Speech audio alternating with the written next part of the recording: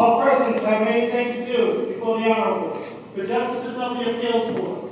Now.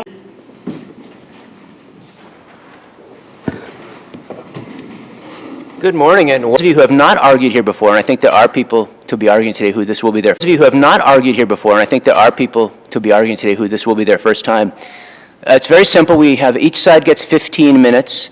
The appellant goes first. The appellee goes second. There's no rebuttal, so that means you don't get to stand up again after you've already said your piece. I know you know this, Mr. Levin, but not everybody does. And we have read your materials, so we're prepared. You can go right into your argument. You have 15 minutes, and you're free to use all your time, but of course, there's no penalty for finishing early. And finally, we all have your case materials on our tablets. So if you see us looking down at the screen here, it's not that we're looking at the football scores or anything like that, or what's going to happen next week, but we're looking at the case materials. So with that, I'll call the first case. Commonwealth versus Keo, 22P837. Morning. Good morning. Thank you, Your Honor. May it please the Court, Patrick Levin on behalf of NICKY KEO. This is an appeal from the denial of a motion for a stay of execution of sentence by a single justice of this court. As such, the merits of the underlying appeal are not before the court exactly. But the only question— Peek ahead. You've already filed your brief in the underlying appeal as well. Yes, I did file the brief last week. So the question here, and the only question actually that's presented for our purposes this morning, is the first prong of the Nash stay factors, namely that I filed last week presents an issue that is worthy of presentation to an appellate court. The trial judge, I think it's clear from the plea transcript and from the transcript of his ruling, his oral ruling on these motions, did not believe that Mr. Keo poses any risk of flight or safety risk at all. Was that explicit or implicit? Well, I think it certainly is implicit in his agreement at the plea during the sentencing proceeding, which I didn't have that transcript yet when I filed the opening brief for this matter.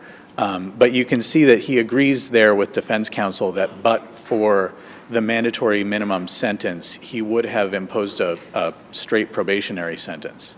And you know, at the hearing on not the initial hearing, but the hearing where he issued his ruling on these motions, he makes findings that, you know, Mr. Keo came in to court at every appearance, and that he abided by all his conditions of release, and that he walked into court on the day of the colloquy knowing that he was on his way to a committed sentence.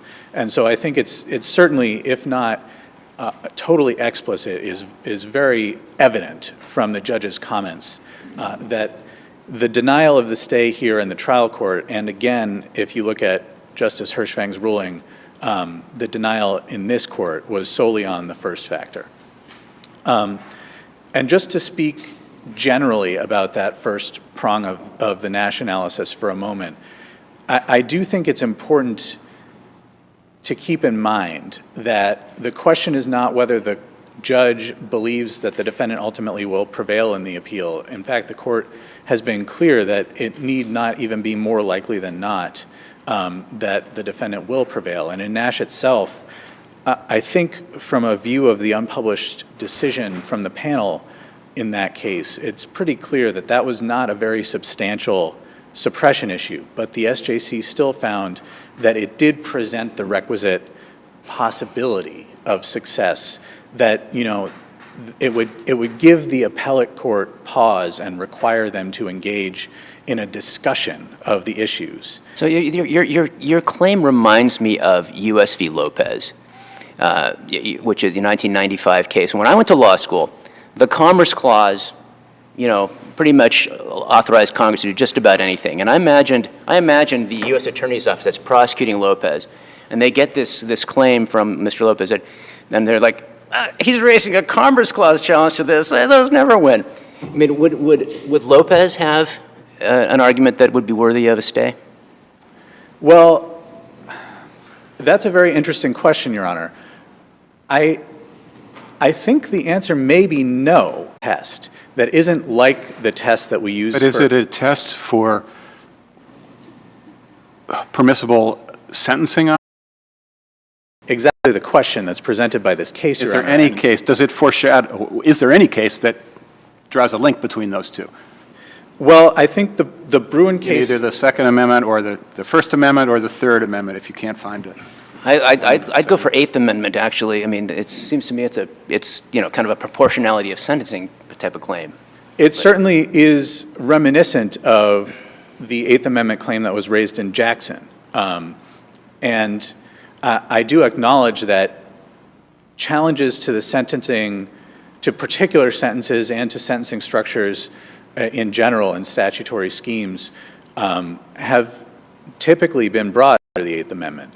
But I think when you look at the way that the court discusses the new test that it's laying out in Bruin, it's clear that the penalty involved in the regulatory scheme is a very significant part of its analysis, because what the court says is we need to look at what is the extent of the burden that the statute imposes on the right of armed self-defense. And is the burden on that right comparable to the historical statutes that existed at the time of the founding and shortly You're thereafter? right here. You talk about this being a statute affecting presumptively constitutionally protected conduct. Yes, Your Honor. But does it affect actually constitutionally protected conduct? Well, You're not Mr. challenging the licensing scheme. So. That's right. We're not challenging the licensing scheme. Mr. Keogh is not contending that it is unconstitutional to convict him of a crime, or for that matter, to punish him. The claim is solely directed at the novel, the novel restriction of the sentencing judge's discretion that was inserted into this statute for the first time in 1974. And as the SJC recognized in Jackson, made this statute the first one anywhere in the nation to impose a mandatory jail sentence on a first offender for this type of simple regulatory offense, an offense that doesn't involve any independent criminal conduct or malicious intent. In fact, requires no knowledge. Sorry, that's down the road, right? Right now, we're focused, this panel is focused on the worthy of presentation and kind of the second factor, which you say was ignored, the possibility of flight, et cetera. And I guess I want to make sure, do you agree that the standard of review is abuse of discretion? I don't, Your Honor. Okay, tell me why. And also, I'd like to know your interpretation of whether or not exceptional circumstances need to be shown. So there's several parts to that question. First, I disagree that the second factor was ignored. I think that the judge, both in the trial court and in the single justice session, recognized that it was satisfied. Second, the standard of review, because the only question that's at issue is the first prong of this test, is de novo, because that prong presents a pure question of law that receives no deference in the appellate courts. Is it I mean, it's de novo for the single justice. Is it de novo for the panel? Yes, Your Honor. The panel's review of pure questions of law is always de novo. This court must make a determination of the question of law that was presented first to the trial judge and then to the single justice. There is no context anywhere in our law where deference is accorded to a lower judge's determination of law. Moving to the third. And let me just back up. You say that's a question of law, the worthy of presentation to an appellate court, right? Well, I don't say it's a question of law. Commonwealth versus Nash and all of the prior SJC cases on this question have said that. It takes into account, though, some of the factual background, right? Well, I mean, I suppose to the extent that record facts play into the analysis of the question, it would. But of course, here they don't. This is a facial challenge to the statute. So de novo review, and you disagree with exceptional circumstances. Well, this is a direct appeal from the judgment of conviction, so there's no need for any special circumstances analysis. The appeal from the Rule 30 motion has been consolidated with Mr. Keo's timely filed notice of appeal from the judgment of conviction. So if I can get back to the question I asked before, you've said this is presumptively constitutionally protected conduct, but you don't claim it's actually constitutionally protected Yes, conduct. this is a facial challenge, not an as-applied challenge. So yes, it does not involve actually constitutionally protected conduct? You answered my question with a statement that talked about facial versus as-applied, and I want to make sure I know the answer to my question. Yes, we're not making any claims about Mr. Keo's actual conduct because it's not an as-applied challenge. We're raising a facial challenge to this single aspect of the Commonwealth's statutory scheme. And so the contention is... So you're raising it on behalf of everyone who's convicted of this offense, carrying an unlicensed firearm? That's right. Not based on anything on Mr. Keo's particular circumstances, but everyone who's convicted, if I understand your analysis, is not engaged in constitutionally protected conduct. No, I think that's clear, that there is going to be some class of defendants who's convicted of this crime who is not constitutionally protected. Aren't all of them engaged in non-constitutionally protected conduct? Your Honor, Which would be carrying a gun without a license. frankly, I think that to a certain extent remains to be seen. I'm not certain that every aspect of the Commonwealth's licensing scheme is going to survive Bruin, but those aren't the issues that we've brought to the court this morning. And the nature of the facial challenge is that there is no set of circumstances in which the particular aspect of the statute that we're challenging here this morning would be constitutional to apply. The sentence itself would certainly be constitutional in, I would say, the vast majority of cases. I'm not even arguing that the 18-month sentence would be unconstitutional as to Mr. Keo had the sentencing judge maintained the traditional discretion that our nation's historical tradition has imbued upon sentencing judges, particularly for regulatory crimes of this nature. I think there was a third part of Justice Walsh's, oh no, it was the special circumstances. I just want to go back to the language of the Bruin case for a moment before I sit down. The court repeatedly comes back to this question of, does the modern statute burden the right of armed self-defense to the same extent or comparably to historical gun control regulations? And also says that we identify the societal problem that the statute is directed at. Here, the problem is the same one that was at issue in Bruin, the problem of essentially urban violence. And they say, if earlier generations addressed the societal problem, but did so through materially different means, that could show that the modern day statute is unconstitutional. And this is the thrust of the claim that we're raising here today, that the means of the mandatory sentence for the regulatory peaceable possession, although in violation of the Commonwealth's statutory scheme. This statute requires no knowledge of wrongdoing, no malicious intent of any kind. And so the deprivation of discretion by the sentencing judge represents a materially different means of addressing this societal problem from historical statutes. Can I get back to the standard review? Doesn't Nash give us the option of de novo or abuse of discretion? No, Your Honor. Tell me why. It gives the single justice the option of de novo or abuse of discretion. But even in doing so, it does not imply that it would be appropriate to review a question of law for abuse of discretion. That would be a completely anomalous procedure that does not exist anywhere else in the Commonwealth's laws.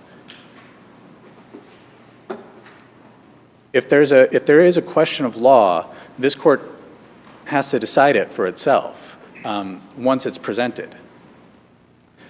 How much time is left on your client's?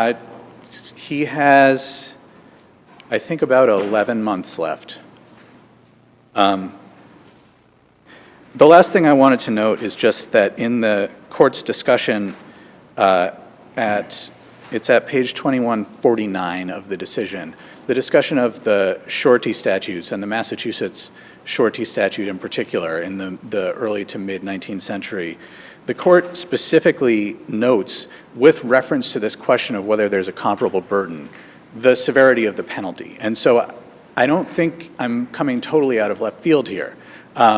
They say that the surety statutes don't shed light on New York's regulatory regime because the burden imposed is not comparable because the New York statute imposes such a substantially stiffer penalty. And with that, I see that my time is up. So if there are no more questions, I thank you very much for your time. Thank you. We'll hear from the Commonwealth.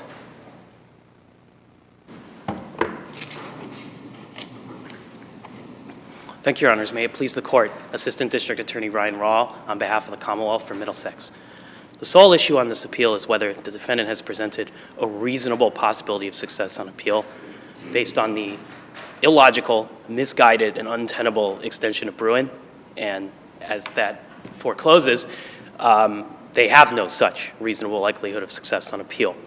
It stems from a fundamental misunderstanding of Before we get there, so are you conceding that there's no security problem? We didn't argue any security problems below, and we actually didn't get an opportunity to present something to the single justice in time to argue that, but we never planned to argue security factors, so that's not an issue from the Commonwealth's perspective. Thank you. So Bruin, which deals with a challenge to a licensing statute and a specific aspect of a licensing statute, makes it clear that the Second Amendment is invoked when the underlying conduct of the state is restricting law-abiding citizens from the right to self-defense.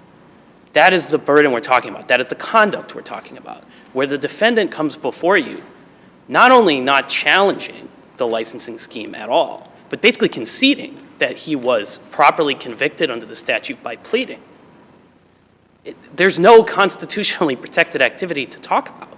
Bruin does not talk about sentencing. It does not talk about mandatory minimum sentences in any respect or sentencing at all. And the references to penalty that appellate counsel referenced have to do with the difference between requiring a small amount of sum in order to carry a firearm under the surety law versus de facto preventing people from carrying it for self-defense in the New York City statutory scheme. So that being said, there has been no case, and there's really no argument to be made, that Bruin protects conduct, that conduct-based test in this historical analysis has anything to do with the sentencing. And the analogy I give in my brief, and I think it's just one that makes the whole argument fall apart, is defendants raise First Amendment claims all the time. They claim that their conduct is constitutionally protected. If they're violating a restraining order, if they're stalking a victim, if they're engaging in harassment online or annoying phone calls. And these arguments are valid, appealable arguments at the conduct phase. So you argue that your conduct is constitutionally protected. And if you win, you win. If you lose, you have an appealable argument that your First Amendment rights were violated by being convicted. But once you're convicted, once you accept that you were properly convicted, which this defendant does, the Second Amendment isn't invoked, just like the First Amendment isn't invoked in a restraining order case. And a judge can sentence you to 2.5 years in the House of Correction, or he can sentence you to probation. It doesn't matter. It doesn't affect any constitutional analysis. In my review of all of the case law that I could find on the interconnection between an invocation of a constitutional right and sentencing, the only case that comes up is Commonwealth versus Obie. And that has to do Commonwealth versus Daisy Obie. And that has to do, it's an SJC case that actually has to do with the probation condition violating the First Amendment right. And after an objection was properly made at the time, actually it wasn't properly made, that's actually why it actually wasn't flipped on appeal, because they didn't raise an objection until appeal. But the argument was that that probation condition violated the First Amendment rights. So in other words, if the penalty, statutorily mandated penalty for carrying without a license were that you can't engage in any any Second Amendment protected conduct, you'd agree that that sentencing scheme would be subject to Second Amendment scrutiny?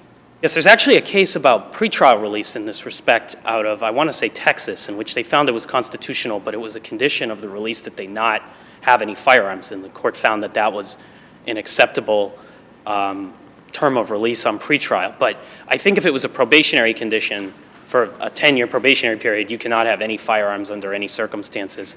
That might invoke a constitutional Second Amendment claim. But this case, where the defendant had the opportunity to challenge the license scheme, he filed a 30A, 30B motion. He chose not to challenge the scheme at all. He chose not to. He wouldn't have standing, right, because he never applied for it. You can still make a facial challenge, and I would suggest it still would have been unsuccessful for various reasons, one of which being severability from the only aspect of the Massachusetts licensing scheme that's actually referenced or invoked by Bruin, which has to do with the good cause provision. But the other case, I'm sorry, when you finish. No, that's fine. What was the case you mentioned that involved Second Amendment punishment rather than punishment for Second Amendment implicated conduct? Just a moment ago. Oh, the Texas case? Texas. Your Honor, I'll have to get the exact citation. I can send it in a 16L. I actually didn't find it applicable because it had to do with pretrial release, but I can find that and send it to Your Honor. But so the fundamental problem with the defendant's argument is that they accept that their behavior was not constitutionally protected by the Second Amendment, that they're not a law-abiding citizen, and that they were properly convicted of unlicensed carrying of a defaced firearm. He didn't plead to the defaced, but that's a factual aspect. This was a defaced Luger 9mm that he was found in possession of in his pocket, and he was also so he received a police sentence where 3 charges were dismissed, including possession with intent to distribute Class B.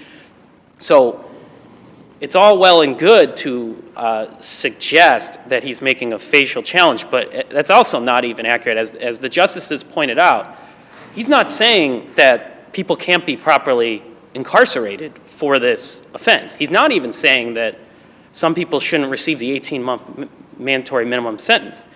He's saying he's making a facial challenge to a section of the statutory scheme as to mandatory minimums, and he's seemingly saying it only as it applies to his client, not as to other people who may have aggravating factors. And that's not even a facial challenge.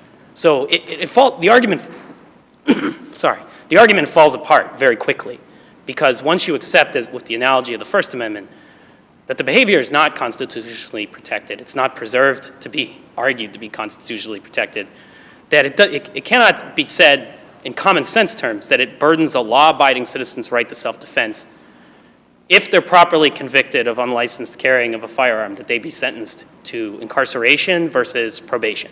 That's just, it doesn't make any sense on its face. The final thing I'll just end on, unless there's other questions, is the defendant does have to show extraordinary circumstances. I know that the defendant focuses on class versus United States. That was a case in which they raised their constitutional arguments prior to the plea, and then their plea waiver explicitly didn't reference constitutional arguments, and they were arguing that, again, the entire statute was unconstitutional, that their conviction was unconstitutional. In this case, putting aside that the defendant doesn't challenge the statute again, he's only challenging the sentence, and there are appellate provisions in place to appeal a sentence that don't go directly to the appeals court. Put that aside. Can't you raise a claim that I've got an illegal sentence? Yes, he did, and he did in a 30A motion, which is what he's actually capable of appealing. Without a 30A motion, can you raise a claim my sentence is illegal? I believe in any judgment you can raise through appellate process that you were subjected to an illegal sentence. And isn't that what he's doing? He did not do so through, I believe it's the appellate division of the Superior Court, but I'm just not remembering. Oh, no, that's the appellate division. You can actually get the sentence, the length of the sentence changed. But the argument that you have an illegal sentence, can't you make that in a direct appeal without needing to file a motion for new trial? I don't think that you can, and the reason I say that is because Massachusetts allows you to make such an argument at any time, unlike the federal system. We do not allow people to waive their ability to file post-conviction constitutional challenges to statutes. And in this case, it's irrelevant because the defendant did, in fact, present his motion to stay at the time of filing his 30A motion, making the constitutional arguments. In Class versus United States, they made the constitutional arguments ahead of time, and they tried to pursue it. He didn't make any of these arguments then. Let's assume that there is an exceptional circumstances requirement. Wouldn't the decision of Bruin just a few weeks after the sentencing here constitute a special circumstance or an exceptional circumstance? Well, I think that the case law about what is extraordinary circumstances for the purposes of allowing a stay adds an increased procedural burden to the defendant to prove that this is a case that requires that level of remedy. So I don't think it has to do with, again, I actually think that he did raise, after Bruin came out, he raised the 30A motion, he filed it, it was denied, and he filed his motion to stay the same day it was denied. So if he had filed a timely notice of appeal of the 30A motion, which they had already filed to the single justice of the appeals court before they filed the notice of appeal to the 30A motion, it would be kind of a moot point. Because Well, let's say he never filed a post-sentencing motion of any sort, but just appealed within the appeal period, the conviction as he did, and brought up with that the sentence. Wouldn't he, at a minimum, be entitled to substantial risk review of whether that sentence is constitutional? I don't know of any case law that suggests when someone's pleas and then later, due to a subsequent decision, you can take a direct appeal where Well, it was not raised below. It's timely. The appeal is timely, right? As to the conviction. If he challenged the sentence on Bruin grounds before sentence was imposed, then he could clearly raise that on appeal, in the direct appeal. Yes, but he didn't. Because, Right. So my question is, because he didn't, can he raise it and at least get substantial risk review? Well, I think he's going to get that review and raise it because of the 30A motion. Well, So I'm saying yeah. if he hadn't filed the 30A motion, couldn't he still get at least substantial risk review on direct appeal? I don't know of any case law that allows someone to file a generic notice of appeal on a plea and then file Well, you don't have to specify the issues that Right. you're raising. And we frequently see defendants raising arguments that they didn't raise below and getting substantial risk review. So I'm wondering, why should that be any different for a sentence?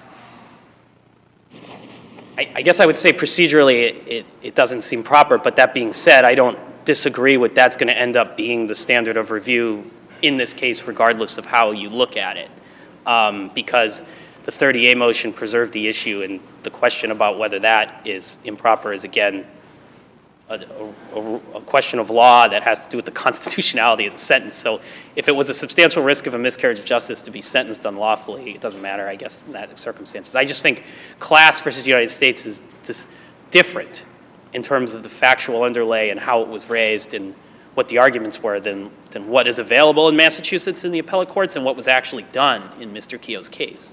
But either way, whether you suggest they need to present extraordinary circumstances or not, they don't meet their burden because there is no reasonable possibility of success based on this argument. And, Question for you. Are you handling this is the review, this is the appeal of the stay. Are you handling the appeal of the plea as well? Yes. And when's your brief due? I'm sorry? When is the brief due? I believe 2/13 is the current deadline. And do you see any problem getting your brief in on time? I have two other briefs due around the same time period, but I'm hopeful because of the simplicity of the issues that I should be able to get I'm going to do my best attempt to get done by then. Seeing no other questions, I yield the rest of the time to my brief. Thank you both. Interesting case. We'll take it under advisement. Well argued on both sides as well. So, second case for today is James Bigelow versus REEM Property LLC, 2021 P1167.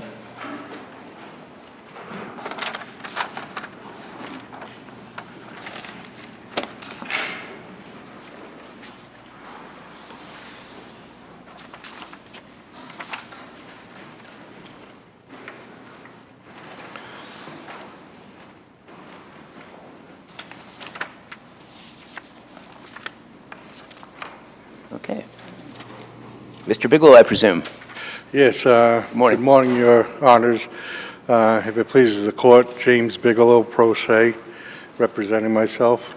One of the issues I'd like to bring up before I forget is the land court ruled that the dismissal was with prejudice, yet I have a way of remedy correcting the fault that he's claiming that I have by going back to the housing court. So if it was for some reason found that the motion for summary judgment should have been allowed, I would ask that you at least make it so that it is without prejudice.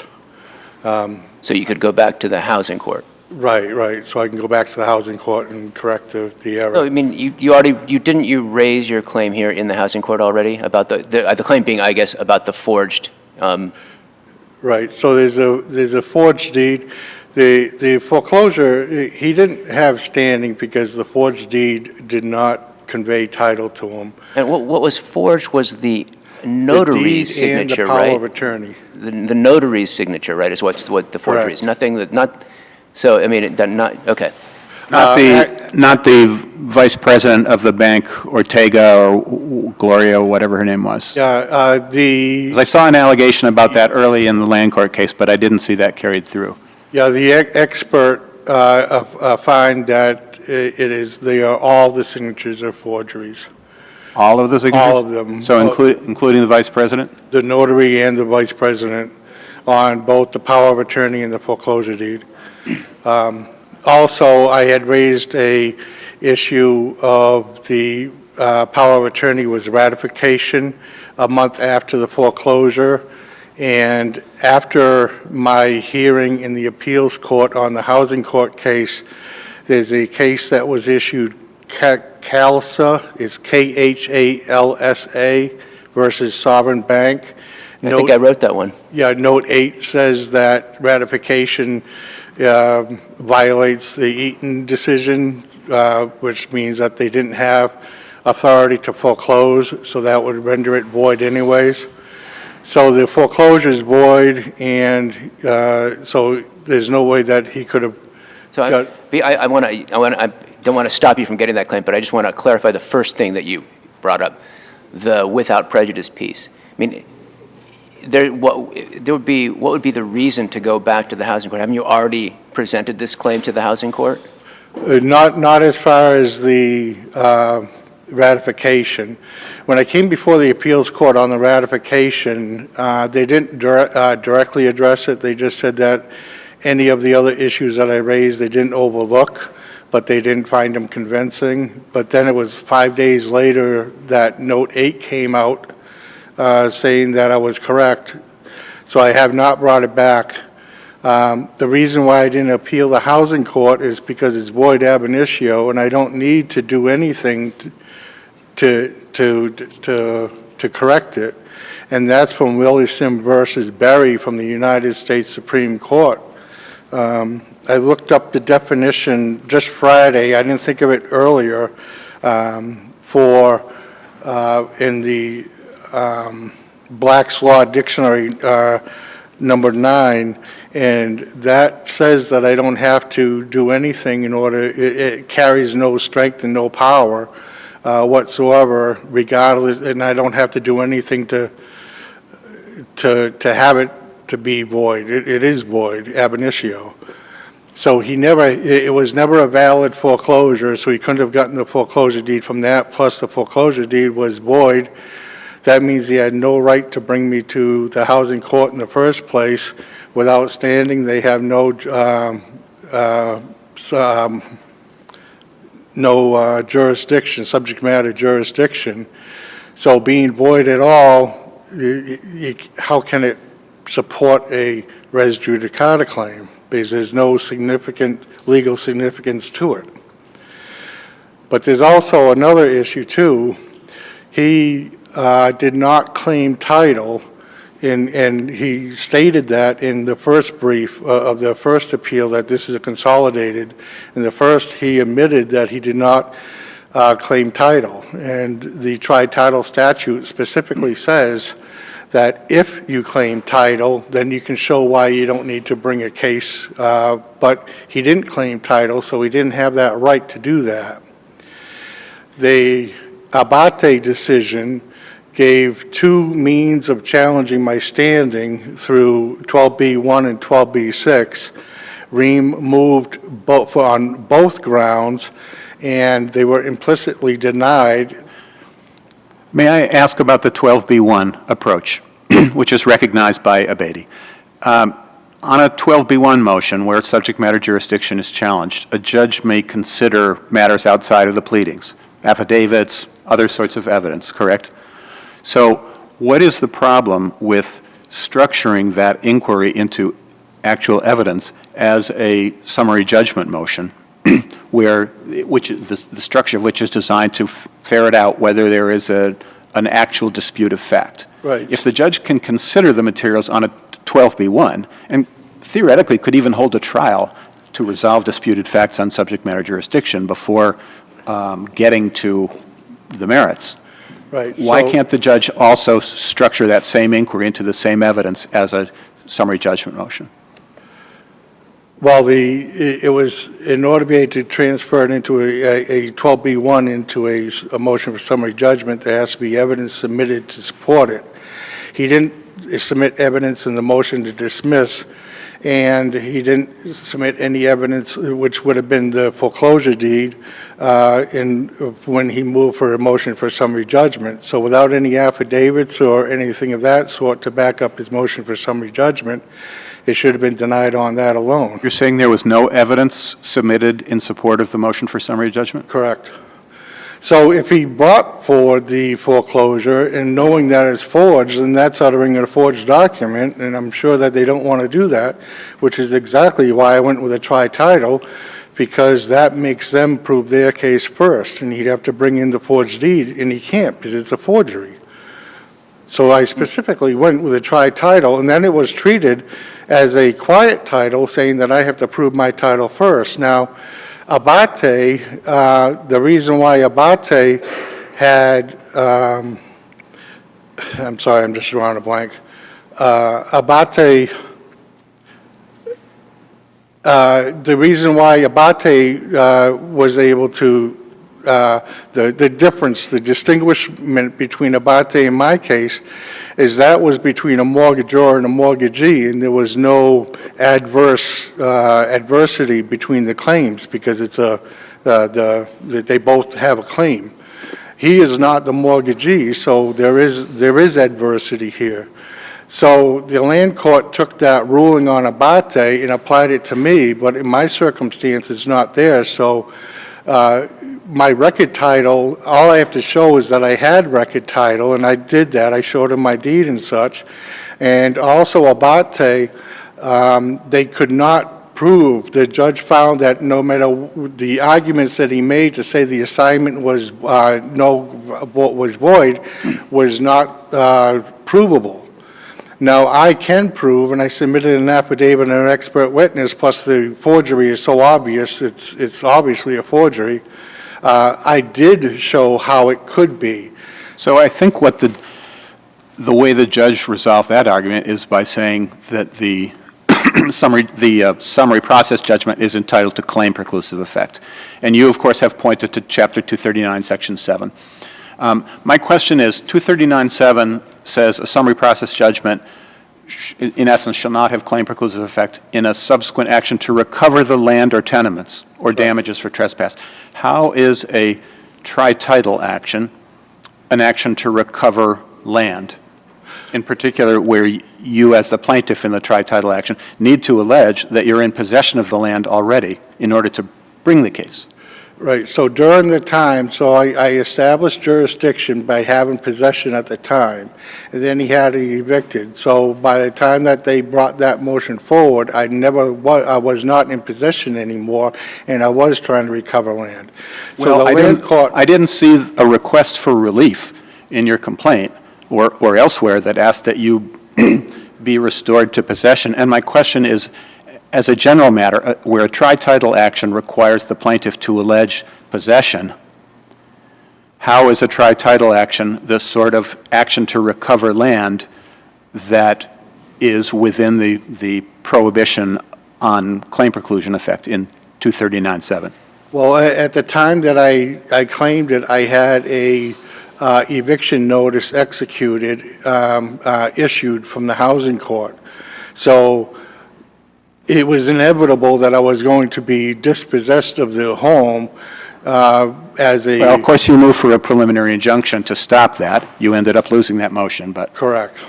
But as a general matter, a tri-title action where one has to allege possession in order to bring the case in the first place, how is that an action to recover land as that phrase is used in Chapter 239, Section 7? Well, I would say it's because I already had an eviction notice, an eviction order to be evicted, so I was trying to have it so that he would recognize that the housing court was void and that I would not be evicted from the order. Is there anything, you've talked a good deal about the various options that are available for relief under the tri-title statute, and particularly if the plaintiff makes the step one showing, then the defendant can either default or appear and claim title and be required to bring an action. But where in that list of options in the tri-title statute is there an option for a judgment that would restore the plaintiff to possession? Well, it wasn't about being restored to possession. It was about, I also asked for a declaratory judgment saying that the title is still in my name, that the forgeries nullified the foreclosure itself.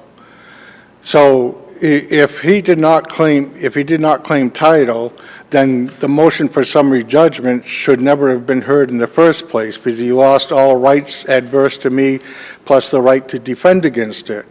So the motion for summary judgment is, I phrased it as the land court losing jurisdiction, and I don't know if that's the right verbiage, and I'm not an attorney, so I don't know the verbiage. But he didn't have any rights. If he defaults, then he loses, as a matter of law, his right to have or defend any rights adverse to me. So he defaulted because he didn't claim title, and the stipulation of showing the court why he wouldn't have to bring a case against me is stipulated on him having claimed title. So the motion for summary judgment is void, or I don't know if that's the right word. He only has to claim title if you get to step two in the tri-title process, or the second action, so-called. Well, you can't even argue. It says if he claims title, then he can show the court why he need not bring an action. But he didn't claim title, so he had no right to even, at that point of not... What he needs to do under the statute is show cause why he shouldn't be compelled to bring an action. What's that? What he needs to do at step one, or has the option of doing, is show cause why he shouldn't be required to bring an action. Right. He had to claim title first. If he didn't claim title, he didn't have the right to show cause at all. And didn't the motion to dismiss claim title? What's that? Didn't the motion to dismiss and the motion for summary judgment argue that he had title? Not he, REEM. No, and in his brief, that's why I asked it to go back to the land court. In his brief, he admitted that he did not claim title. So if he didn't claim title, he had... At all, or just that he didn't, that REEM didn't need to include a counterclaim for title in its answer? Well, you either have to include traditionally they allowed that if he makes a counterclaim, then that's considered making a claim. Right, but is that the only way? Or he has to initiate a claim against me. And without that claim against my, bringing a claim against me, once I establish record title and possession, then it goes to step two. And step two is where he has to bring an action against me. And he didn't make a claim. He didn't submit a claim, a counterclaim, or an action against me. And the stipulation of showing why you don't have to bring the claim is only if you make a claim of title. It says if he makes a claim of title. You can't just ignore those words. They're in there in the statute for a reason. And if he claimed title, he'd have to, at least in this motion for summary judgment, attach the forged deed. And that's uttering a forged document. He can't do that. So he can't claim title. Not in a motion, he can't attach it. So your time is up. Let's see if there's any more questions Oh, from I'm the sorry panel. about that. No, okay, so nice job. We'll hear from the appellee. Good morning. May it please the court. David Summer for REEM Property. I think Justice Sachs hit it right on the head, which is that in this particular case, before REEM had an obligation to bring a suit with respect to title, Mr. Bigelow had to reach step 2 of the test. And in this particular case, he needs to prove record title and possession. And with respect to the forged deeds, and he makes a big deal about these, all these deeds are forged. What he's referring to, of course, is he's alleging the deeds from the bank to REEM are forged. The problem with that is that if we, and I'm not conceding that these deeds are forged, I just want to make that clear, but if the deeds were forged from the bank to REEM, the issue is that Mr. Bigelow does not then get reinvested with title. The title would go back to the bank. So when you have a foreclosure auction, of course, once the hammer comes down at the auction, Mr. Bigelow's title gets extinguished.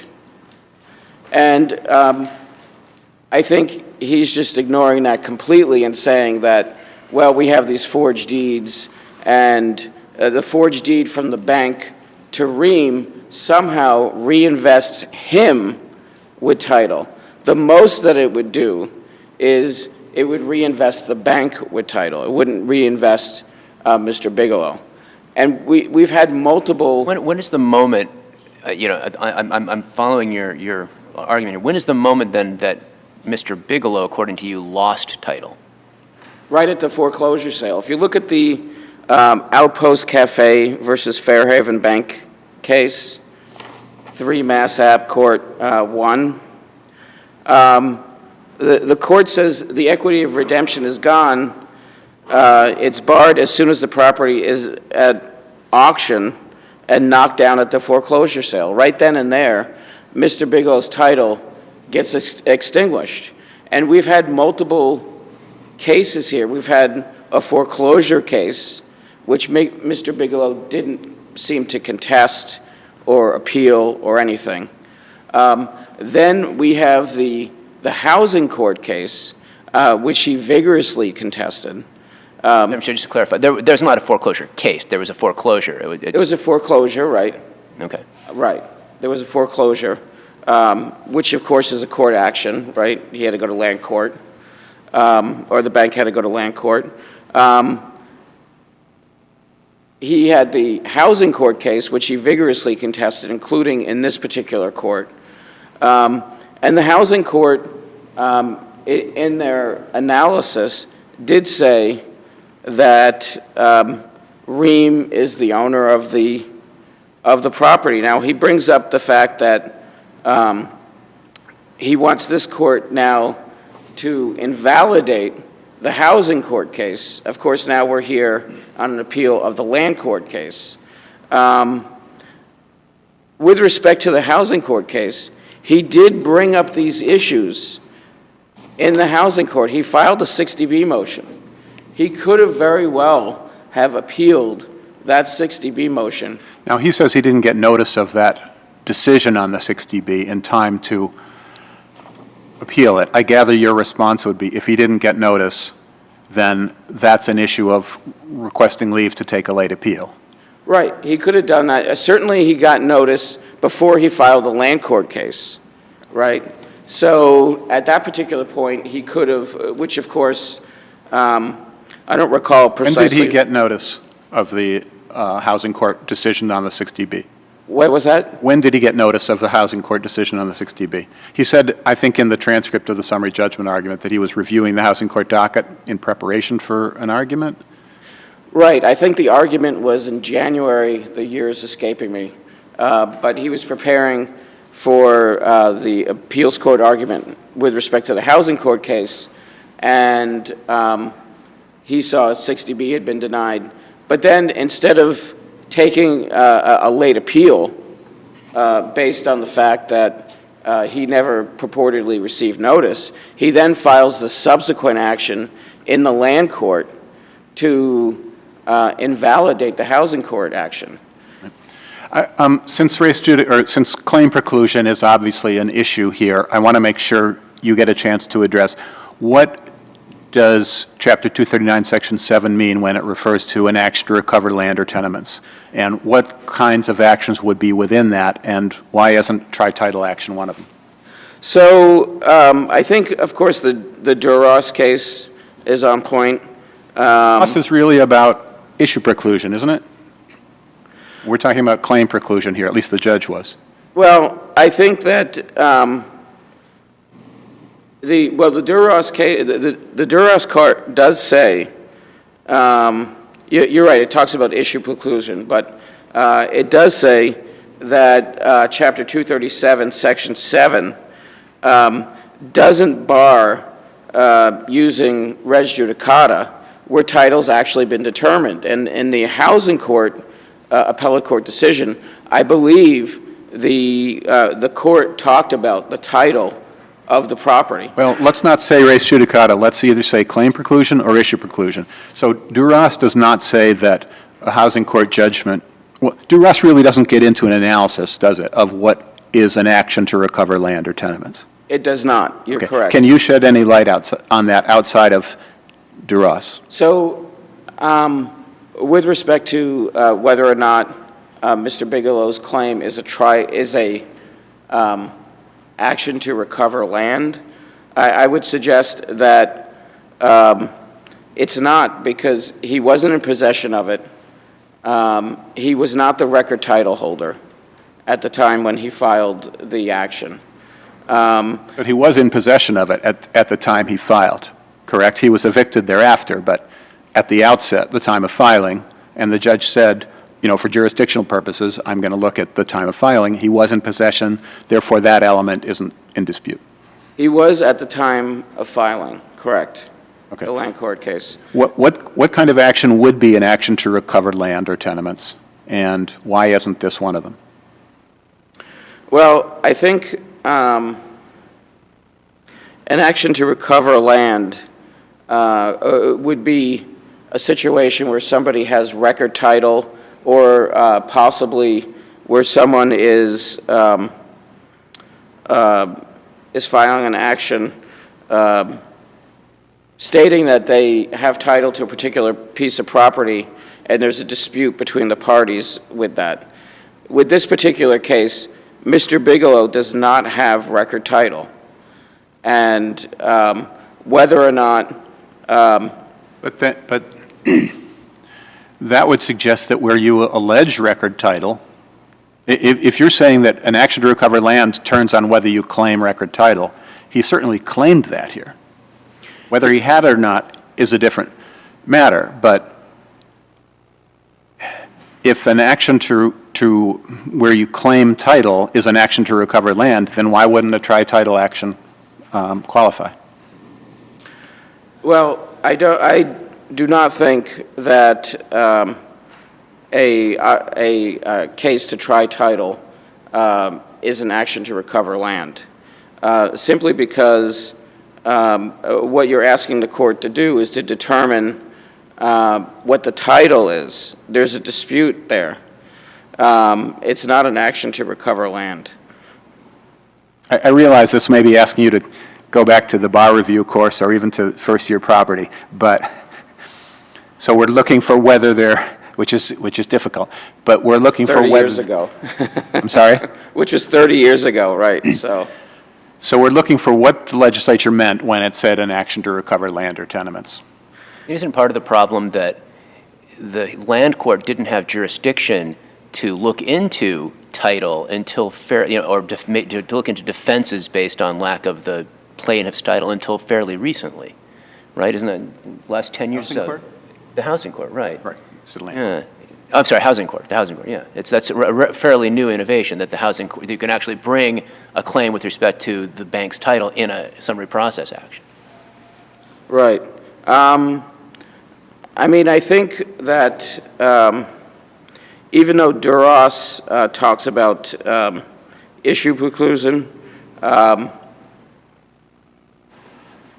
I think it's somewhat analogous in this particular case because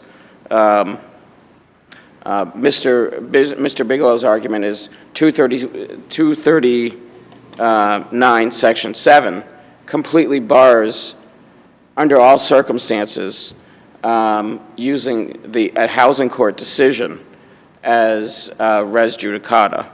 But I think putting that aside, I want to make this point clear, which is that with respect to Mr. Bigelow's title, his title was extinguished at the time of the foreclosure sale.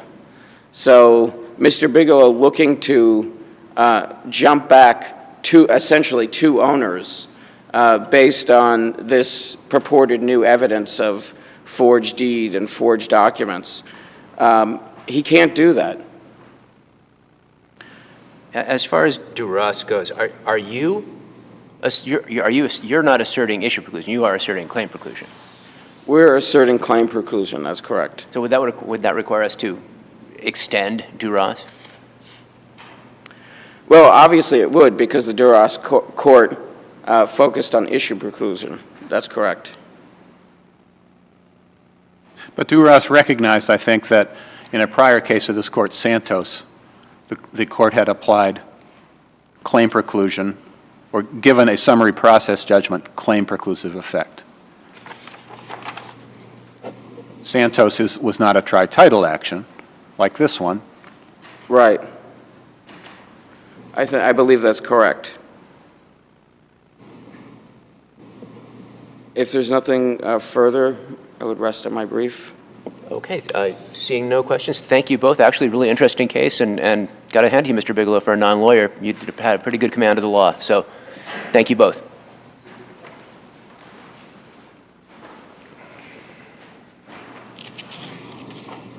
So we're going to hear one more case right now, after which we'll take a break of no longer than 15 minutes before hearing the fourth case. So the third case is Kelly Mannion versus Justice Resource Institute, 22P420.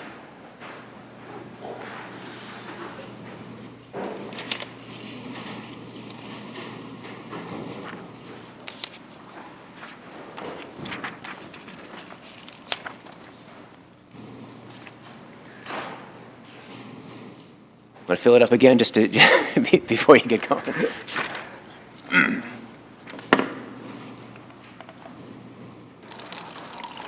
May I proceed, Your Honor? Yes.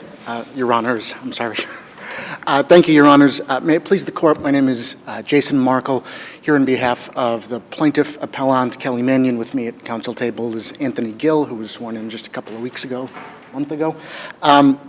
I think, as Your Honors know, ultimately the biggest issue in this case is whether the assault of my client was reasonably foreseeable. There are two other smaller issues, the issues of public policy, which goes to that first issue, and then the discovery issue. So I'm hoping to leave myself maybe 1 minute to talk about those. But because the case relies because reasonable foreseeability is such a factual determination, and that's what the case law says, it is almost always a question of fact for the jury. That does leave me in a position to have to address or restate some of the facts, as I'm sure Your Honors are already well aware of them.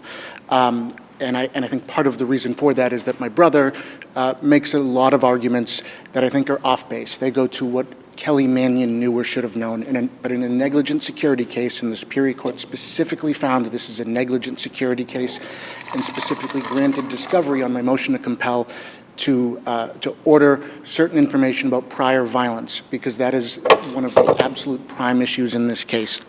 What we know is that the Commonwealth paid JRI to house dangerous adolescents. That's what JRI was paid to do in this case.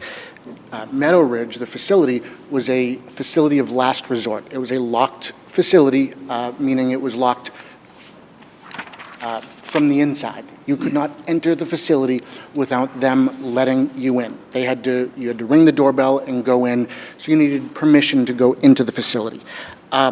When social workers from DCF would go there, as the evidence is, both of Mannion's supervisors said, we rely on these facilities because they're locked facilities and because they're full of dangerous children, adolescents, to make sure it's reasonably safe. We would want to know if there's reason to believe that the facility itself is unsafe. So in the same vein, the defendant appellee, Meredith Raposa, she even admitted that, yes, we know it's our responsibility to take reasonable measures to make sure that staff are safe, that visitors are safe, that students there are safe. And in this context, I'm sorry, I'm going to Yes. interrupt you, but so one of the ways that you can prove the defendant's responsibility would be a special relationship. And are you claiming a special relationship, or and do you need to? We don't need to, but we are claiming it. And I think the special relationship is actually a very interesting case. It's the one issue in this case I've struggled with the most, because courts sort of differentiate between whether, and my brother argues that there was no special relationship between JRI and Mannion. There are numerous cases that talk about a special relationship between a defendant and the person who poses the risk, which in this case would be Z. And those were, so I believe it's Lev versus Beverly, which says, between person posing the risk and the one who can prevent harm. It also says that there can be a special relationship specifically for one in charge of a person with dangerous propensities. Where did you raise that to the motion judge? I think throughout, I don't know off the top. I looked in your summary judgment opposition and in the addendum to the defendant's brief at pages 111, 112, and I didn't see it there, either a cite to Lev or to section 319 of the restatement, which talks about persons known to be likely to cause bodily harm. So I guess I'm wondering whether this argument is preserved and if it's even properly before us. I don't know that off the top of my head, Your Honor. I apologize, because I don't believe my brother raised it. I thought I had argued it, because it is, again, one of these confusing issues. I know I argued, obviously, special relationship. I think throughout I was arguing that Z was the person who posed the risk. So I would argue that in that context, that was ultimately what we were arguing, is that Z was the one that posed the risk, and that JRI was the one who had an obligation to care for her, and they were in charge of her on a day-to-day basis. I want to make sure, Judge Massing asked whether you needed to prove a special relationship, and one of the types of duty that you've argued that I don't think you say needs a special relationship is the duty of a landowner, and you cite the McKinney-Vareschi versus Paley case from our court. But how do you reconcile that with the Luoni versus Berube case decided by the SJC after Vareschi-Paley? And Luoni is discussed quite extensively in the defendant's brief and says that as a general rule, a landowner does not owe a duty to take affirmative steps to protect against dangerous or unlawful acts of third persons. Because I think that is not a strict rule that Luoni made. I think the issue of Luoni and the issue of all of the cases cited by my brother are that those cases were decided on foreseeability. In the Luoni case, the defendant... Foreseeability as it goes to causation, or foreseeability as it goes to duty? I would argue both, Your Honor. I think they're a very intertwined issue, and many cases say it's irrelevant whether we really distinguish between which of those two issues we're talking about, because ultimately they're the same arguments. But in Luoni, you had no prior history of, that was a fireworks case, no prior history of people setting off fireworks without permission, and the person that caused the harm was unknown to both the defendant and the plaintiff. Nobody knew who it was. There was no history with that person, like there was in this case, the history of violence by the person involved. And there was no history of fireworks at that person's home. So I think in this case, we're talking about a very different scenario where the defendant's job was to house ultimately dangerous adolescents. They knew who Z was. They knew about the very extensive history of violence at the facility. It was one assault on a student, by a student, upon an adult every 2.3 days, and the police were called there every 10 days for adolescents getting out of control.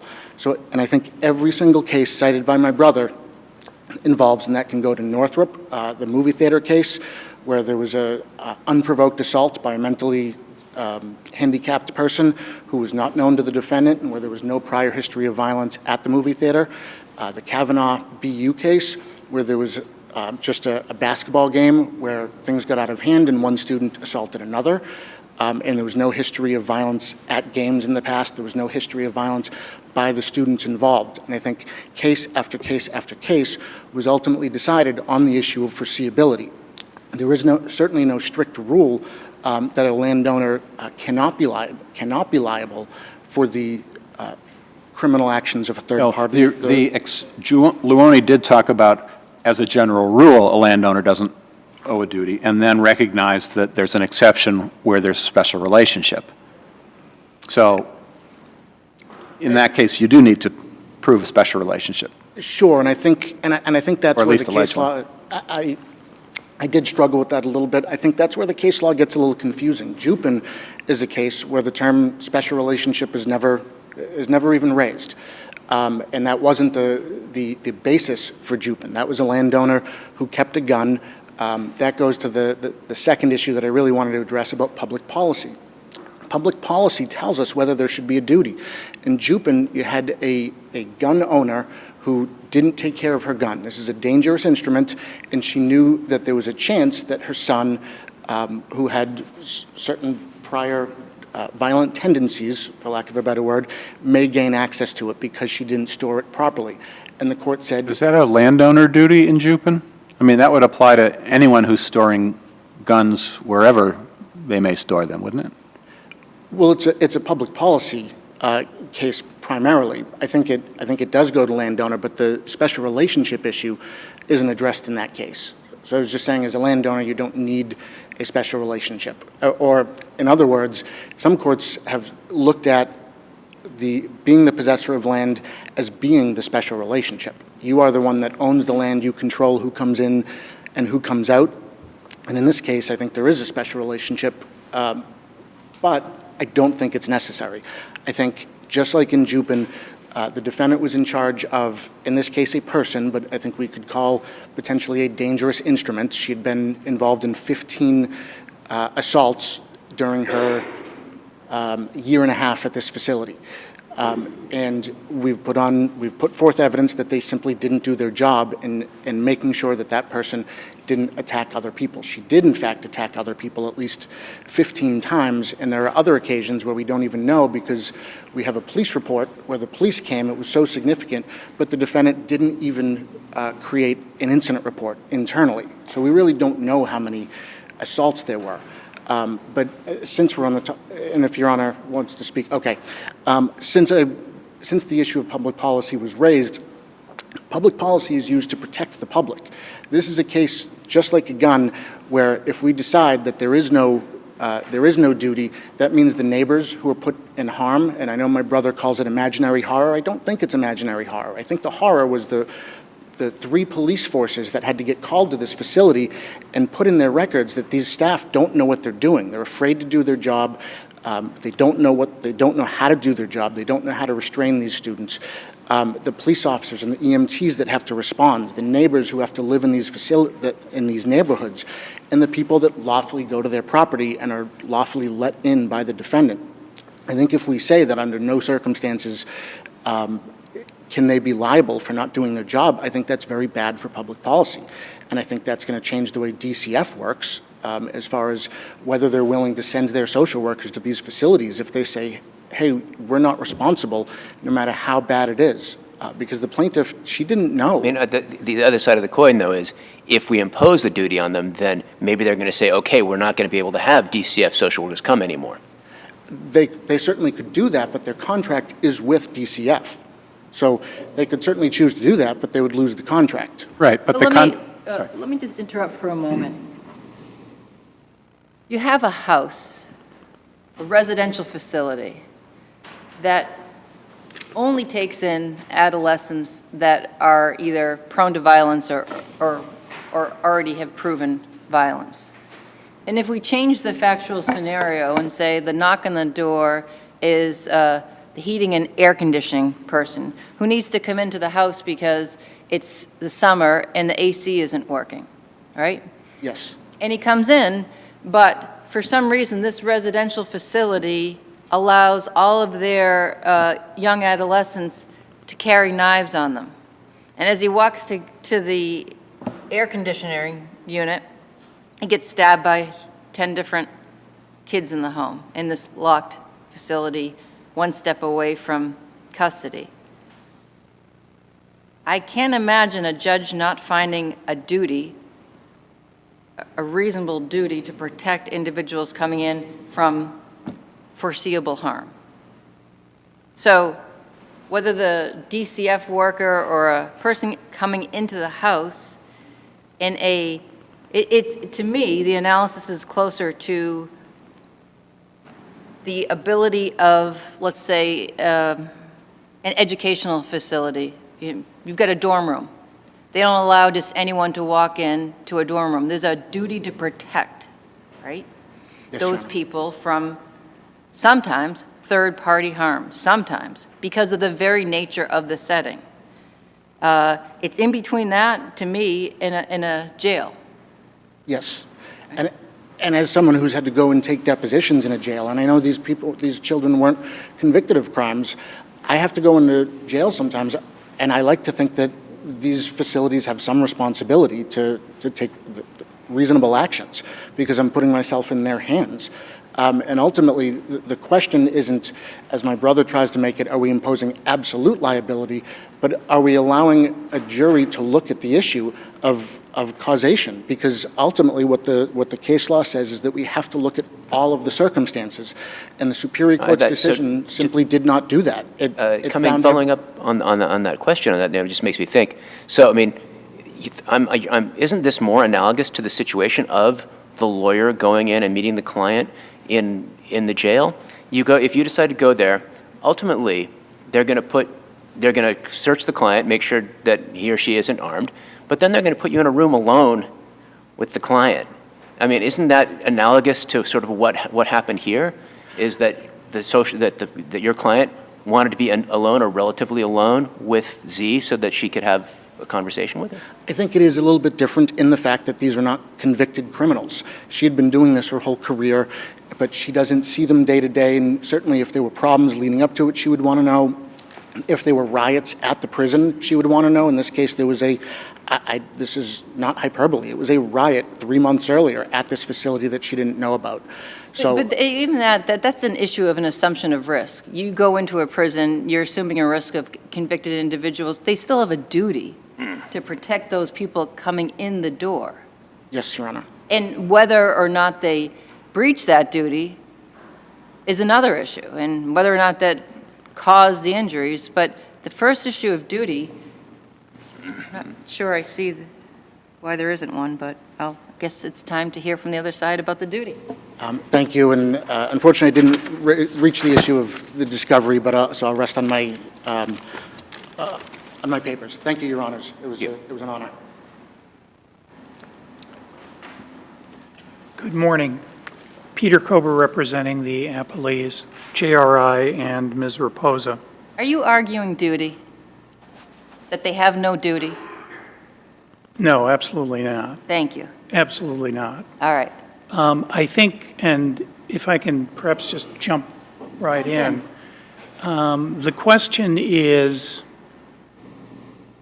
a la Paul's graph, where do you draw the line in terms of where is the duty and foreseeability? And you posed the question about the HVAC fellow who comes in and gets stabbed. Clearly, I think there is a duty owed to him. In the case of a policeman or EMTs or neighbors, I think clearly there's a duty owed to those people.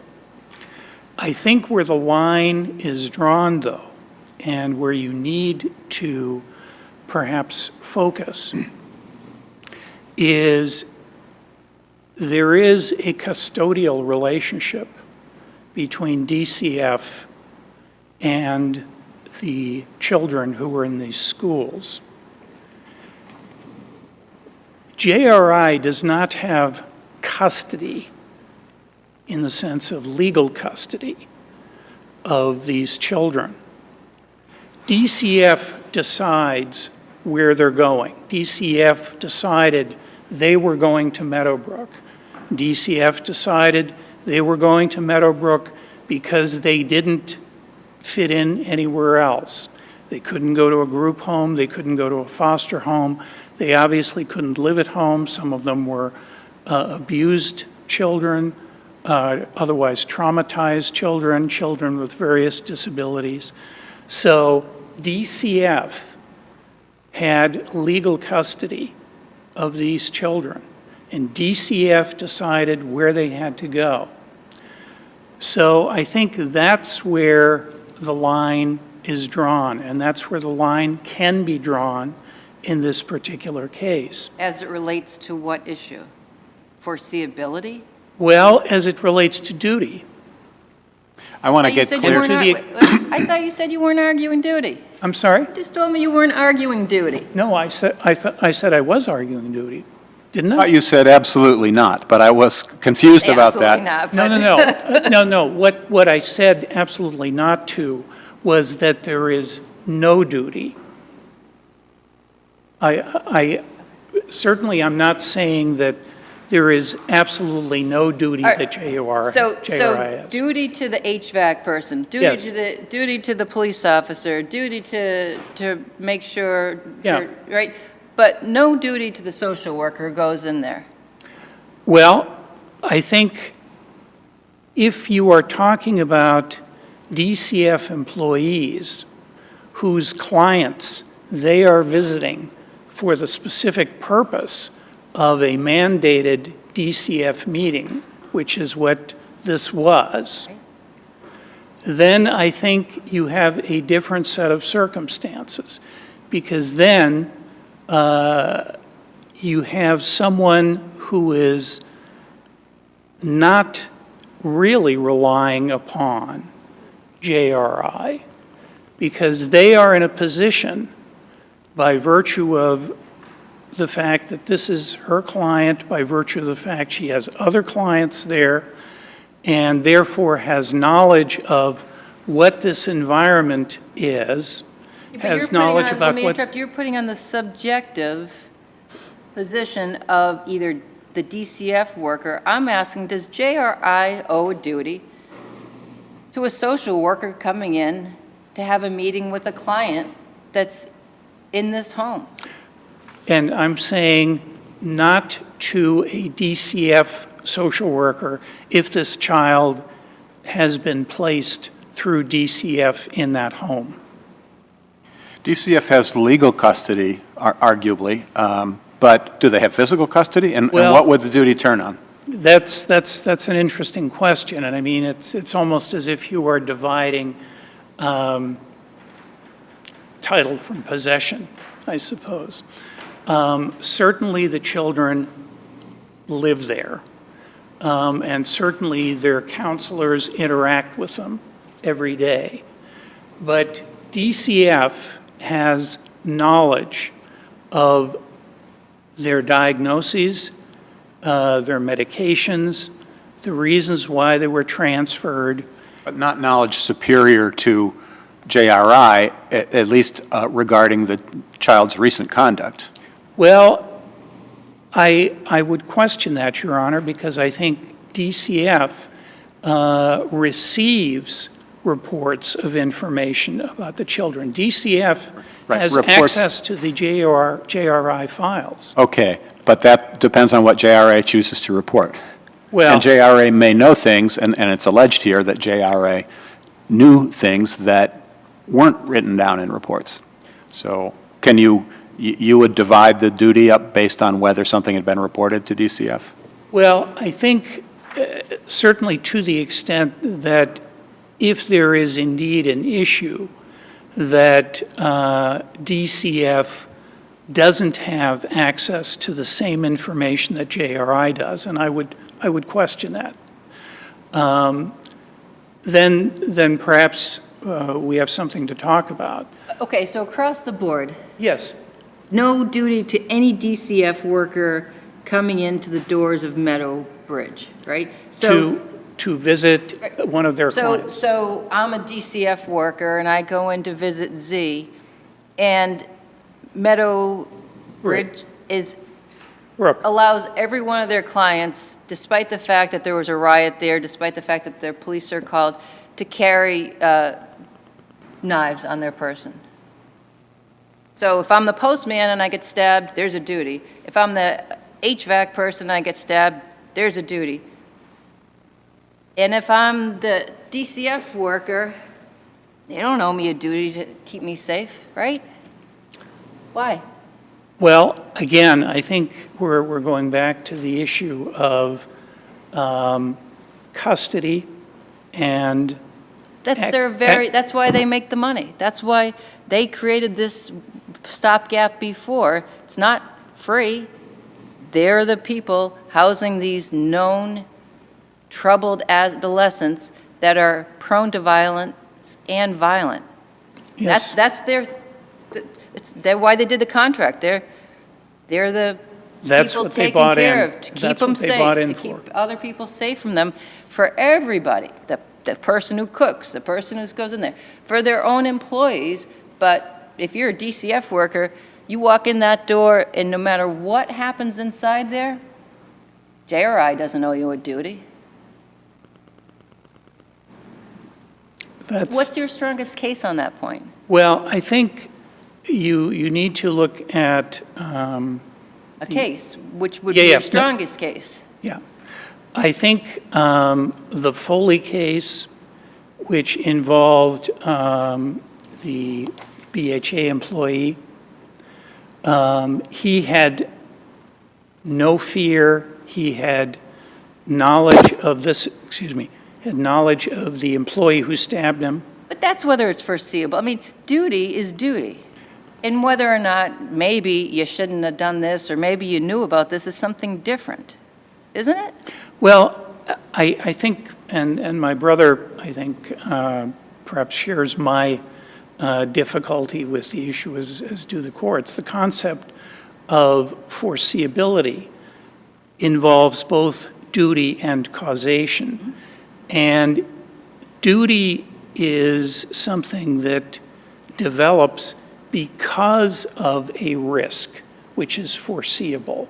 If a risk is not foreseeable, there's really not a duty. Well, there's a risk in a house full of adolescent violent kids that there might be some problems here, right? Well, of course there is. Okay, so of course we've got that part down, but... Well, I guess the problem, and I realize I'm repeating myself, and I apologize for that. Well, you might need to, because I'm not understanding it. Okay. I think the important thing is the nature of the relationship between DCF and the children. DCF, in effect, has a special relationship with these children. DCF has a responsibility to these children. DCF has a responsibility also to communicate information to its own employees. But we're really looking at the responsibility of JRI. Well, anyone coming in and you're into that home under my crazy hypothetical of JRI saying, okay, kids, today's knife-carrying Thursday, right? Everybody gets their own pick of their knives today. And one by one, people knock on the door, right? I mean, and they all get stabbed. JRI owed a duty to everybody but the poor social worker who didn't know it was bring your knife to school day or whatever, right?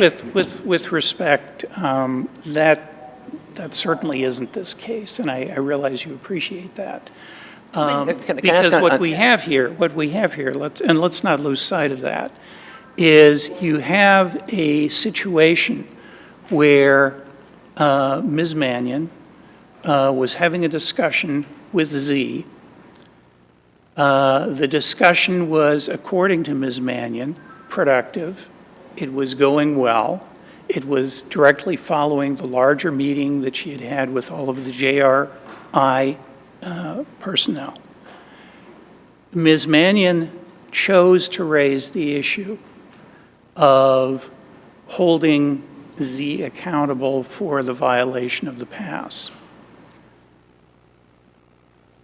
Z then responded by saying, if you mention this again, excuse me, I'm sorry, shouldn't gesticulate. Doesn't that go to contributory negligence? I mean, I'm sorry? Doesn't that argument go to contributory negligence? The argument you're making? Isn't that what? Doesn't that go to contributory negligence? That doesn't go to the duty of JRI. Let me ask you about the duty again. So you did concede that there was a duty to the HVAC person who comes in. Yes. Is that based on a special relationship between JRI, or do you recognize there is a general duty to protect from the reasonably foreseeable acts of third parties? I would say that's perhaps a duty of a landowner to protect individuals from reasonably foreseeable foreseeable even absent harm. a special relationship. Yes, yes. I'm sorry, I lost my train of thought.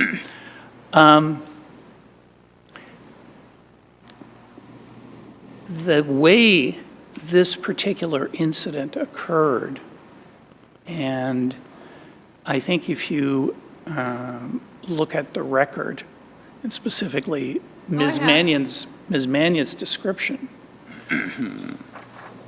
this was something that was out of the blue. This was not something that necessarily had to do with But it the doesn't fact- matter. If you don't owe her a duty, then it doesn't matter. I mean, that's my issue here, is that let's just say that this was completely out of the blue, and nobody could have reasonably foreseen it. It doesn't... If it's not reasonably foreseeable, But then it there is doesn't- no duty. You get knocked out at the duty, right? The first analysis is duty. Correct. Okay. And you're saying none. Correct, not to Ms. Mannion Yeah. in these circumstances. Okay. Thank you.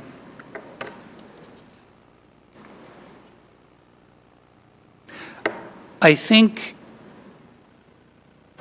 it's important also to realize, and it's perhaps all part of the same kettle of fish, but there is not a special relationship between JRI and Ms. Mannion.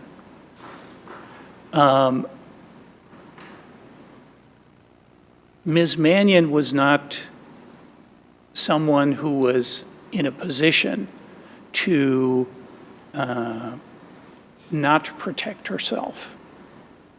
This is not comparative negligence, it's not assumption of the risk, but it simply goes to her knowledge of the situation. And she chose, based on her knowledge of the situation, that she didn't want any more people there. She didn't want, the force of numbers, if you will, to make her feel more secure. She didn't need that because she wasn't afraid of Z. She had ridden in a car with Z before. She had visited Z 14 times before on these kinds of visits. There had never been an example of assaultive behavior by Z directed toward Ms. Mannion before. And that is why this case is comparable to the Foley case, I would submit. Okay, I think I see I'm down to my last 20 seconds. So thank you both, really interesting case. It's submitted. We're going to take a brief recess here. We'll be hearing Martinez versus REINBOLZ at about no later than 11:20. Thank you, Your Honors.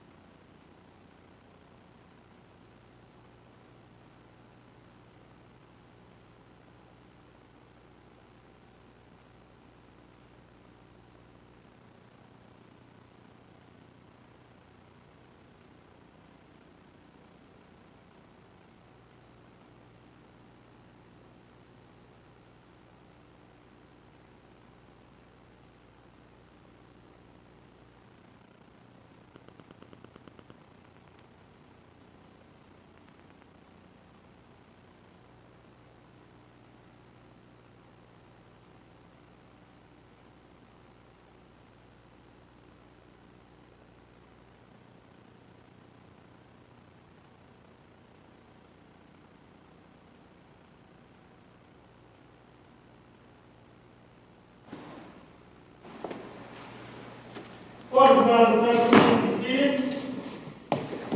Thank you. We're back on the record for 21P 952, Martinez versus REINBOLZ, and our first order of business is to swear in the interpreter.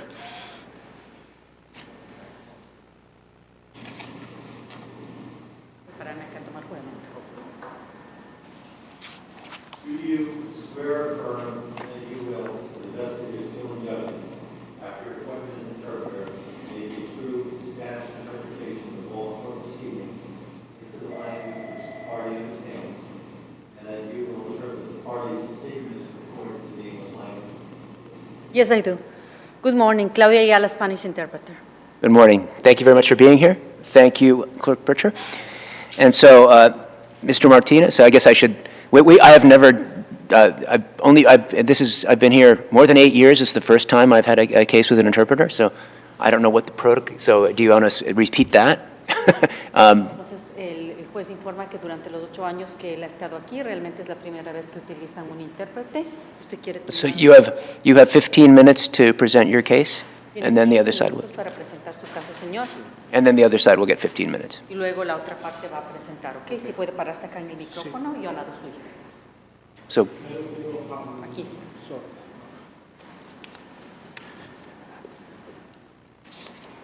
Buenas tardes, honorables jueces. Quiero agradecer la oportunidad que me dan. Good afternoon, honorable judges. I would like to first thank you for the opportunity that you're giving me. Yo sé que este no es un caso normal, pero yo quiero que por favor me dividan el tiempo en 10 minutos y 5 minutos. I know that this is not the regular case, but I would like to please request that you divide my time first in 10 minutes and then 5 additional minutes. no, 10 and 5, divide 15 minutes. 10 and 5. I'm sorry, no. In the appeals court, you get 15 minutes, they get 15 minutes. That's our rule, no rebuttal. Señor, lamento mucho, pero nosotros en la Corte de Apelaciones tenemos 15 minutos o 15 minutos de corrido, entonces. Oh, he corrido. Okay, no problem. Okay, gracias. no problem. Thank you. Okay. Bueno, como los honorables jueces saben, este caso es sobre un accidente automovilístico. Well, as the honorable judges know, this case is about an automotive car. Ocurrido en el 2018, en julio 18 de 2014. That took place on July 18, 2014. La jueza Karen Gowin aprobó una moción de desestimación del caso. Judge Karen Gowen approved a motion to dismiss the case. Al abogado Steve R. Anderson. When the attorney Steve Anderson requested. Y mi caso fue desestimado. And my case was dismissed. Después de yo haberme quejado durante mucho tiempo en la corte de las violaciones que había cometido el abogado Anderson y mi ex abogado Héctor Pineiro y el abogado Scott. After I had been complaining for a while in court about all the violations committed by Attorney Anderson and also by my lawyer, Héctor Pineiros, and also Attorney Scott. Can I ask you a question? ¿Puedo hacerle una pregunta? Yes. Do you know why the judge dismissed your case? ¿Usted conoce por qué la juez desestimó el caso? Supuestamente porque la corte dio una orden para asistir a una deposición y yo supuestamente no asistí. Supposedly because the court had ordered that I attend a deposition and supposedly I did not attend. Pero yo entregué a esta corte muchísima evidencia que contrarresta en esa posición. But I presented in court enough evidence to contradict that position. Incluso cuando fui citado a esa cita, la corte me envió una carta el día 19, porque la cita supuestamente de deposición era el día 20. The court even sent me a letter on the 19th for this deposition that was supposed to take place on the 20th. Algo que fue hecho de manera arbitraria. And that was done in an arbitrary way. Y yo recibí esa carta el 21, como la Corte de Apelaciones tiene evidencia, que incluso agregué el envío, el envelope. And I actually received the letter on the 21st, and the appeals court has evidence because I even presented the envelope that was sent to me. Question? So, You filed an appeal from the order to attend your deposition on the 14th. So you knew about the order before you received the notice on the 21st. Is that correct? La pregunta es, usted presentó una apelación el 14 y eso es antes de haber recibido la documentación, la carta que tenía fecha 21. ¿Es eso correcto? sí, yo había sometido una o varias apelaciones. Sí, correcto. Yes, I had submitted one or several appeals. That's correct. Okay. So just to be clear, you knew about the order to attend the deposition on the 20th before the 20th. Entonces, únicamente para estar claros, usted conocía la orden de asistir a la deposición el día 20 antes de que llegara el día 20. Sí, pero yo había sometido una apelación para esa disposición y sometí carta incluso de mis doctores. Yes, but I had submitted an opposition to attend this deposition, and for that I presented letters from my doctors. Por lo cual mi oposición ya estaba vigente y yo entendía que no tenía que asistir a esa deposición. And for that reason, because my opposition was already presented and I thought it was valid, I believed that I did not have to appear for the deposition. Pero ellos me enviaron una carta a mí el día 19 para asistir el día 20 y la recibí el 21. But they sent me a letter on the 19th to attend on the 20th, but I received it on the 21st. A pesar de todo, inmediatamente yo recibí esa carta y mandé otra apelación adicional, inmediatamente. And as soon as I received that letter, I presented another appeal immediately. Con una carta de mis doctores que decía que la Corte tenía que extenderme el tiempo porque mi salud no era adecuada. With letters from my doctors in support to request the court to allow me to extend the time because my health was not good yet. May I ask, when you file an appeal, does that automatically mean that you do not have to comply with the order that you are appealing from? Le puedo hacer la pregunta. Cuando usted presenta una apelación, ¿eso significa para usted que inmediatamente usted no tiene que cumplir con la orden que usted está pidiendo que se apele? Legalmente es lo que yo entiendo. Legally, that was my understanding. And do you know of any court decision that says that announces that rule of law? ¿Y usted conoce de alguna decisión, de algún caso previo que presenta esa ley? No, pero yo supongo que la Corte tiene que, si yo tengo evidencias contundentes por lo cual no puedo asistir, que son médicas de salud, la Corte debe supuestamente enviarme una comunicación negándome o aprobándome esa apelación. No, but it is my understanding that if I am presenting documentation with documents showing that I have a situation, the court has to send me some kind of decision either in favor or against denying my appeal.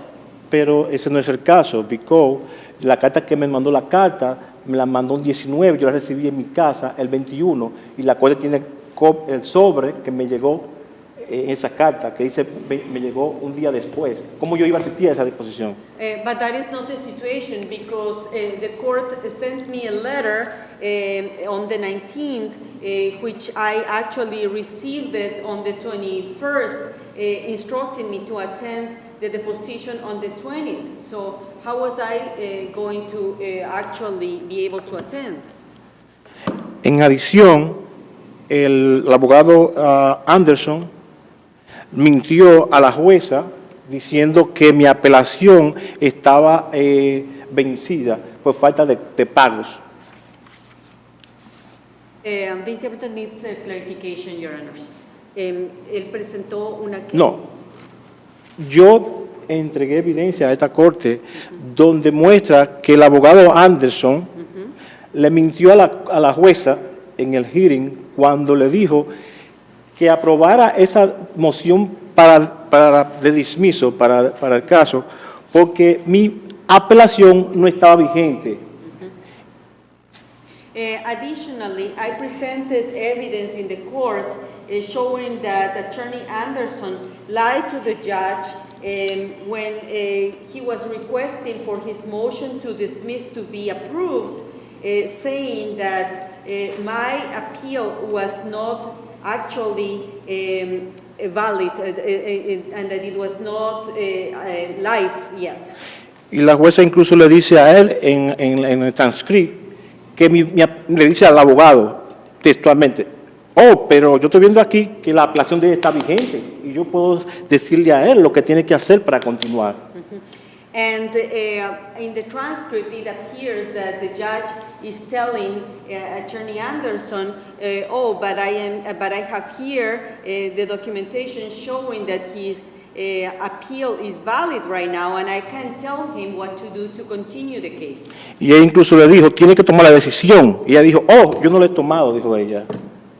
And then he requests, you have to make a decision, and she mentions and she says, I have not made a decision. Todas las evidencias que yo he mostrado a estas cortes demuestran muchísimas irregularidades. All the evidence that I have presented in this court show many irregularities. Primero, ese es un accidente de 3 vehículos. First of all, this is an accident that involved 3 vehicles. Que debió realmente, de acuerdo a la regla federal de procedimiento civil 23 y de regla de procedimiento civil de Massachusetts 23, that according to the federal law and also the Massachusetts law, Rule 23, a veces un class action, tenía que hacerse un class action de acuerdo a la sección 2 y 4, there should be a class action according to section 2 and 4. Porque habían cuestiones de derechos comunes a las clases. Because there were questions of common rights to different classes. Porque habían 2 niños conmigo en el carro cuando pasó el accidente, mis hijos. Given that there were 2 children in the car when the accident happened, those were my children. Y fueron bloqueados, mis hijos y los testigos también fueron bloqueados. But my children and also the witnesses were actually blocked from the process. Aparte de eso, también el abogado Anderson en su moción de desestimación Besides that, also Attorney Anderson in his motion to dismiss, fechada a julio 13 de 2021, dated July 13, 2021, yo la contesté en esa moción y él tuvo que hacer otra de nuevo porque habían violaciones y se lo comuniqué a las cortes. I actually sent my answer to that motion and he had to present another one because there were all kinds of violations in his motion. Entonces presentó una moción segunda en julio 13 de 2021. So then he presented the second motion on July 13 of 2021. La cual también yo contesté. And I also sent my answer to that motion. Y él dice en su moción bajo juramento y la pena de perjury. But he, regardless, says in his motion under the penalties of perjury. Habiendo transcurrido los 13 días y no habiendo recibido oposición a dicha moción having transcurred 13 days and without receiving the opposition to the motion, por la presente somete a dicha moción a la consideración de la Corte de Tribunal. by this document is requesting the court to make a decision. Eso es fraude, eso es mala fe. And that shows to me that there is the bad will to commit fraud. El señor Anderson mintió a la Corte en violación a Massachusetts General Law, Chapter 268. And I demonstrated that Attorney Anderson lied to the court according to the Massachusetts Law, Chapter 268, Section 1, Section 1, Federal Law, United States 18, sección, artículo 1, 1621. according to the federal law of the United States on the Law 18, Section of Article 1 to 16, And the United States Code 28, and also United States Code 28, sección 1746, Section 1746, como se puede ver en la récord apéndice 5, as it can be seen on the record Appendix 5, page 105, 106, page 105, 106, yeah, 105, 106. Y como se puede ver, la moción que yo envié julio 26 de 2021, que fue la oposición número 2 que envié, and as you can see on motion of July 26 of 2021, that is the second motion that I sent, cumpliendo con lo que el artículo 9A del Tribunal Superior, in compliance with Article 9A of the Superior Court. como se puede ver eso en el récord apéndice 5, As can be seen in the record in the Appendix 5, 137, 137, página 225, 137 to 254. 137, 254. Y la declaración jurada del apoyo de Mr. Martínez se puede ver en el récord apéndice 5, And the affidavit of Martinez that can be seen on the record Appendix 5, page 151 and page 153. page 151, page 153. So, Mr. Martinez, we've gone over the 15 minutes. We're now in the sixth. They're now counting past. The numbers are going up now, so you're beyond 15 minutes. So, if there's, I realize it takes a little bit of time for the interpreter. So, is there one more point you'd like to make to us before you sit down?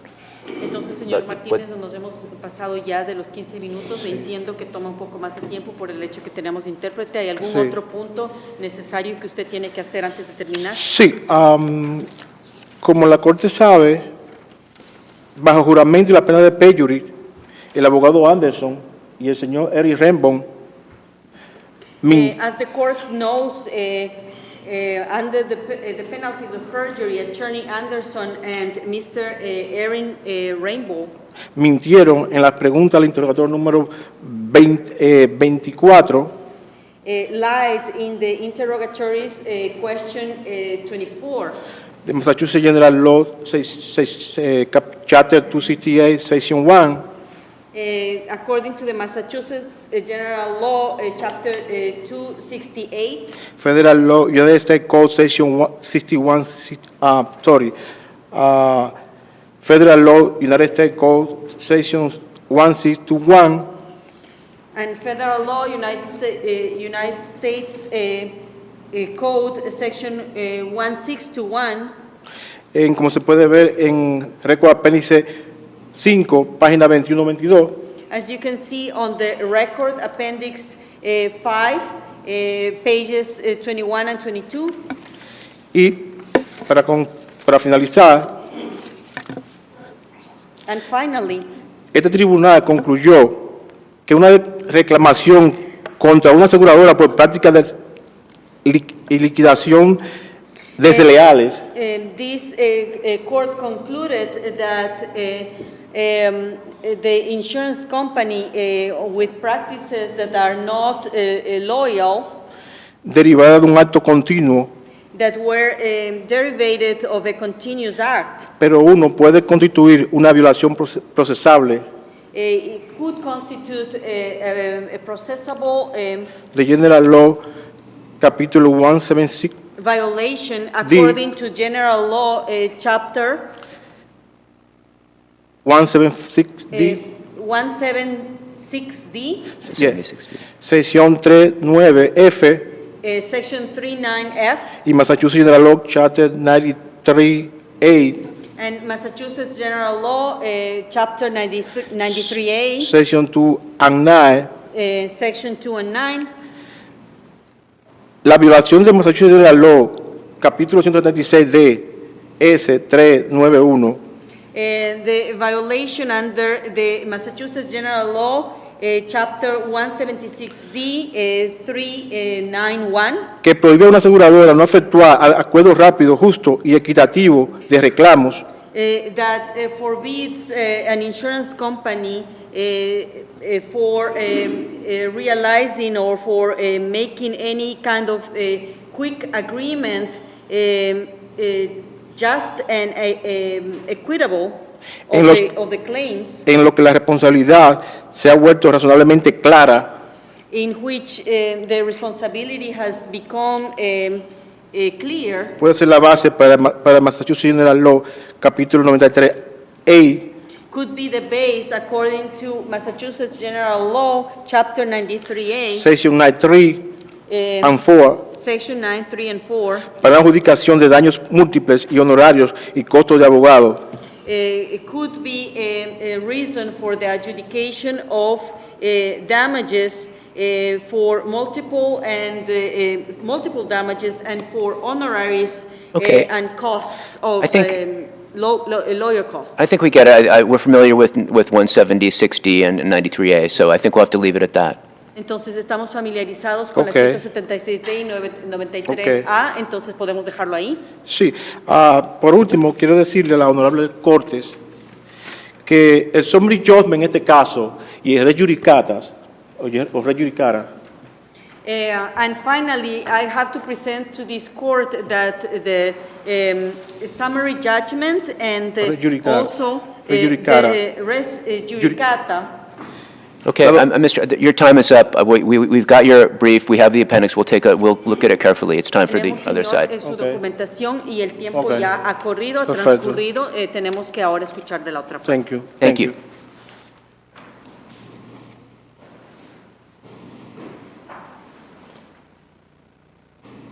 Good morning, Your Honors. May it please the Court, my name is Gina Bonsi. I'm here on behalf of the appellee defendants Eric REINBOLZ and Fitchburg Surfside Pool, Inc.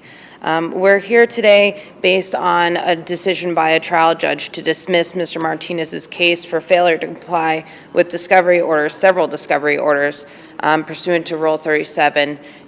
As Your Honors know, decisions of this nature are generally ensured to the sound discretion of the trial judge, meaning that they can only be overturned if found to be arbitrary or capricious. I would suggest Attorney here Bonsi, that... hold a sec. Is she too fast, or is that okay? Oh, I'm okay? If you, Apologies. Sorry, yeah, thank you. If you would. Thank you. And here, I would suggest that Judge Goodwin's findings weren't arbitrary or capricious. May I ask a question? Yes. When Judge Reardon entered an order denying the plaintiff's objection to the deposition on May 20th, and the plaintiff filed an appeal from that order on May 14th, did the plaintiff also have another objection to the deposition pending before Judge Reardon, or did he file an objection with Judge Reardon at that point, or was his only challenge to the May 10th order in the form of a notice of appeal to this court?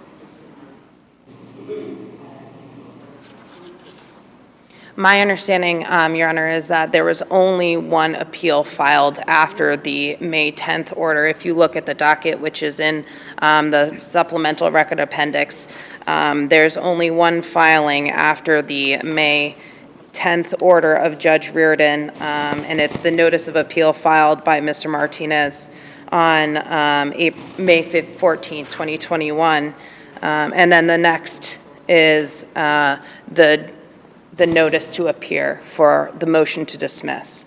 And just to clarify Judge Sachs's question, in the notice of appeal, Mr. Martinez raises arguments about why the deposition shouldn't go on, but were those arguments brought to the judge's attention before that? Judge Reardon's? Right. I don't believe so. I looked through the record appendix and I could not find any reason why he would be unable to attend. Obviously, due process doesn't allow us to dismiss a case for a failure or inability to attend a deposition that's outside of Mr. Martinez's control. I don't believe that information was presented to Judge Reardon. Sorry, didn't want to go too fast. And I believe that's why he denied Mr. Martinez's motion to continue the deposition. Just to be clear, Mr. Martinez, in his argument, referred to a second notice of appeal being filed in June. And I look at the docket and I see a notice of appeal filed on June 9th of 2021, which is after the May 20th deposition was ordered. Yes, I do So see there were that. two notices of appeal, correct? Mr. Martinez was correct about that? Yes, I do believe there was one on the 14th that was directly related to Judge Reardon's order on May 10th, 2021, to have him attend the deposition, and then he filed another appeal on June 9th. But none of those appeals ever contained a motion to stay Judge Reardon's order, and obviously the June 9th appeal was after the May 20th deposition date. Okay. Thank you. So like here recently on April 23rd, 2020, there was an unpublished disposition from this court, Lenardin versus Noak. And that was docket number 2019 P762. Here, Mr. Martinez, like the appellant in that case, had plenty of opportunity to comply with the various court orders through the complex history of this litigation to attend a deposition. But he did not. He instead chose to blatantly disregard Judge Reardon's order of May 20th and not attend his deposition. And in that case, Judge Goodwin created great findings of fact, clearly stating that Mr. Martinez's continued willful conduct of disregarding court orders warranted dismissal in this case. So, I could understand, it's not an excuse, but I could understand how you might think that filing a notice of appeal would stay the deposition. You know, being an error doesn't excuse you from your responsibilities. But would that make it not willful?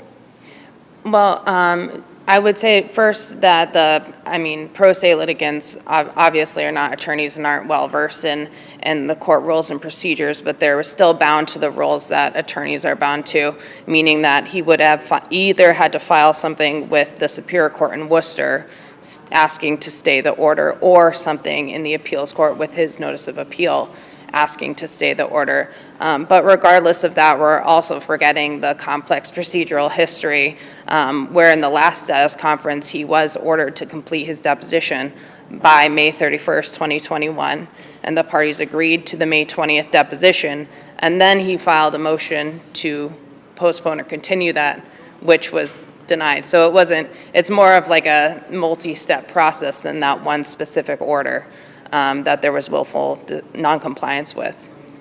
Had he in the past failed to show up for depositions? There were several depositions that were scheduled.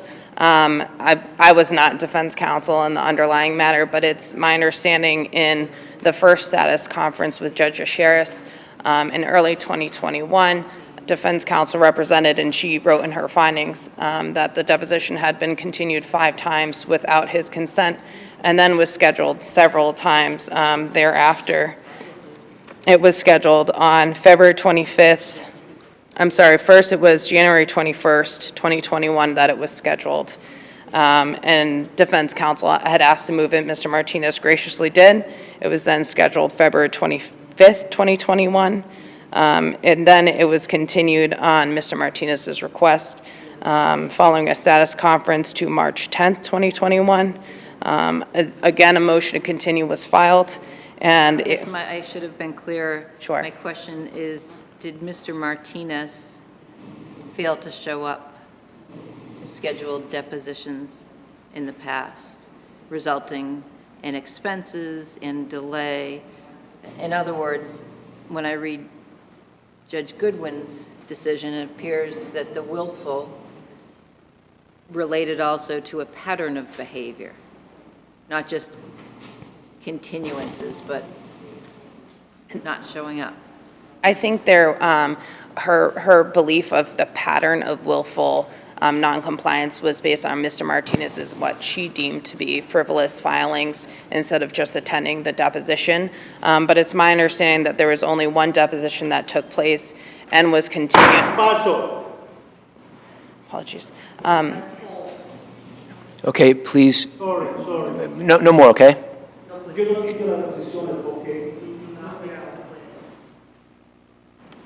There was only one deposition that took place when Mr. Martinez was represented by counsel. That was suspended pending some outstanding discovery and other medical materials, but otherwise there were no depositions that actually went forward because of the request of Mr. Martinez. Thank you. I see no more questions. If you have nothing else, we could take it under advisement. I have nothing else to add. Thank you, Your Honors. Have a great day. And can I ask, I missed your name at the beginning. You gave it your name at the beginning. It's Ayala? Ms. Ayala, thank you very much for being here today. We'll take the case under advisement. Thank you, Mr. Martinez.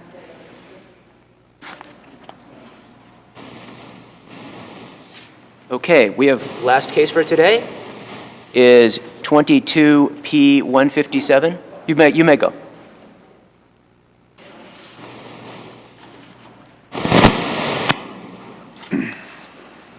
P157, which is RAFI versus Harvard University School of Medicine and others.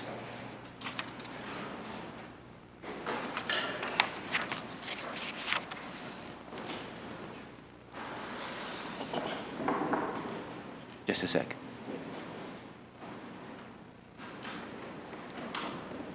Okay. Mr. Rafi, correct? Your Honor. My name is SYED Rafi, and I have filed 3 briefs in this case. I have presented all my arguments there comprehensively, and I'm a pro se. I'm not an attorney. I'm a scientist. You have got to forgive me for my, not following the rules properly. At the outset, I would like to say that the defendants have never denied that my allegations are not true. And they should be taken as true according to this McDonald Incorporated Dieter. And I have mentioned that also. Yes. What do you have there? I'm sorry. Wait, I understand that allegations are meant to be taken as true. Is that already in? Scribbled on it. Have you already submitted that in your appendix? Don't we already have that? Do we already have that in our? No, I don't think so. I just saw it just now. It simply says that if the defendants have not opposed my accusations, and then my accusations are to be taken as true. Okay. And I know that them to be very true. So I'll have the court give that back to you. No, You can give it back to him, I think. Well, if you want to submit something else, you can you can send us a letter after the argument and send us a copy of that. Okay, Your Honor.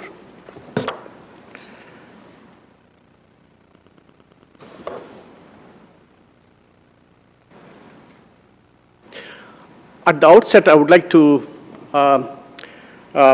acknowledge that I have cited Massachusetts General Laws, Chapter 12, Section 11I, and Section 11H. And I in my opposition, I said the court, the lower court has said that any person whose exercise of enjoyment of rights secured by the Constitution of laws of the United States can initiate a case. I didn't realize that 11H and 11I are similar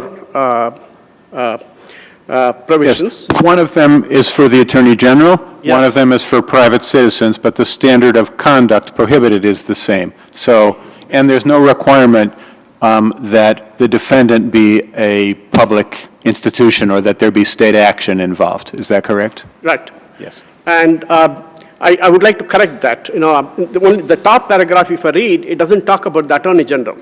The second paragraph, it talks about the Attorney General. So I looked at both the top paragraph, they look similar, and that's why I asserted that I can, as an individual, I can initiate a claim based on that. Anyway, my claims are viable under Section 11I. Sir, can I ask you a question? It seems as if you waited a long time to appeal this dismissal. 7 months, when I look at the dates. No, Your Honor. So No. generally, it's 30 days from the issue. Yes. I appealed, I made a motion at the lower court for reconsideration.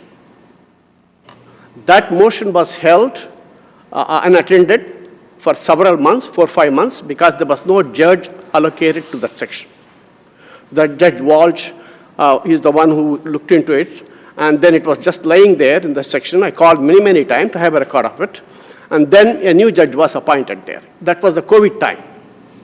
And they told me a new judge has been appointed, he will look into a case. So there was a lapse of 4 or 5 months where there was nobody in that section. You may verify this with the court. Then the Judge Walsh came and he looked into my motion for reconsideration. Then he responded to it. He didn't say that I waited for too long because I filed on time within the 30 days period, and there was nobody in that section, the civil section at the court, to look into it. There was no judge assigned. That's what I was told. When the court assigns a judge, then we will present it. That's what the person who responded to me told me. So that's why there was a lapse. It was a COVID peak time, and I clearly have a record of it. I tell you the truth. And then when same judge came back, he was reassigned to the same place, so he made the decision on the case. But he was not there for 4, 5, 6 months. There was nobody assigned at that time. He said that was COVID times. And it is not my fault. That much, if the court wants, I can give evidence to that effect. Thank you. You're welcome. And I personally feel that I have a very strong resume, Your Honor. I have got a very good record of having published internationally. My publications have been highly regarded. Just in 2020, one of my publications was ranked #1 in the journal of International Molecular Sciences, in the field of neuroscience, autism, cleft lip and cleft palate. I have contributed a lot in that field as a volunteer. Because I have volunteered, people have realized that I have been blacklisted. I'm not able to get a job anywhere since the incidents which took place at Harvard. But the big scientists who said, you come and work with us. So I went to Kansas University. I worked with Dr. Butler, Melinji Butler. He will speak very high of me. I published 10 publications. He could not offer me a job. He hired me as assistant professor. Then he came and told me, Rafi, I can bring them. They said they will come and testify when the court summons them. They said they will come and testify to this effect. Anyway, he came and told me, Dr. Rafi, you can volunteer with me. I don't want to antagonize big people. I said, fine. So I have been carrying my, continuing my scientific career as a volunteer because that's my passion. And so anyway, I have improved my background since I left Children's Hospital Boston, where I was employed. I finished my professional training, just like an attorney finishes his college education, then goes for some internship, then he passes the bar. I have done all those things. I have finished my training at Yale School of Medicine after my PhD, which was some time ago. Then I worked for the Walter Reed Army Medical Center as a senior scientist. Then I worked for National Institute of Health. Then I worked for Duke University. Then I came to Yale University. I did my 2 years of fellowship. Dr. Rafi, I want to ask a question because something in this case turns on what you alleged in your verified complaint. So your complaint, which was filed on January 27th of 2020, correct? Did that claim that you had been denied some job applications after the filing of your preceding complaint, which I think was on October 27th of 2019? In that 3-month period between the filing of the complaint that was removed to federal court and the filing of the complaint in this case, did you apply for some positions and were you denied them? Yes, Your Honor. And you alleged that in your complaint, correct? Yes, Your Honor. I have given a tabulation. So whatever might have happened in those prior cases, your position is that at least with respect to those new applications that were denied, that's what you're challenging here. Yes, it is only for the viable period for this case. I'm not challenging based on what happened in 2003. Some of the attorney has tried to mislead the court in the previous year. It is pertaining to 2017 to 2021. The cases I applied, the jobs I have applied, for which I was highly qualified, not for every one of them, at least 50% of them. Because I did not apply for a highest position, I applied for a lower position with my background, since I'm not able to get anywhere. So I knew clearly I have been discriminated against. And many professors have come and told me, and they are very kind people, they are honest people. They told me, Dr. Rafi, it is because of the blacklisting, we are not able to hire you. I said, can you give me a, can you come and testify to this effect? Yes, if there is a case, if the court orders us, we'll come and testify to this effect. So my job is in great demand, Your Honor. And many of my colleagues are making even $200,000 per year. Cytogenetics is the one where you diagnose prenatal diagnosis. I have done that, cancer diagnosis, or genetic tests. And they are highly paid. They are not available easily. I can prove, I have got lots of internet assertions to this effect. Anyway, to come to my point, that I beg this court to consider my claims under Section 11I, not under Section 11H, where the lower court was correct, saying that 11H does not permit me to take the case to make a complaint directly. So it said that, yes, my claims could be actioned under Section 11I. For that, I have got enough evidence. I have got tons of emails to support that claim, and I have got people who are willing to come and testify. Can I ask another question? Yes, sir. In Judge Deacon's decision on the motion to dismiss, he says that the complaint does not allege any specific actions taken by any of the defendants that allegedly interfered with your right to be free of employment discrimination.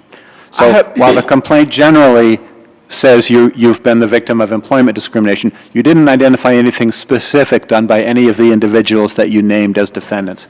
Can you point to something in the verified complaint that does identify any of those specific actions? Yes, Your Honor.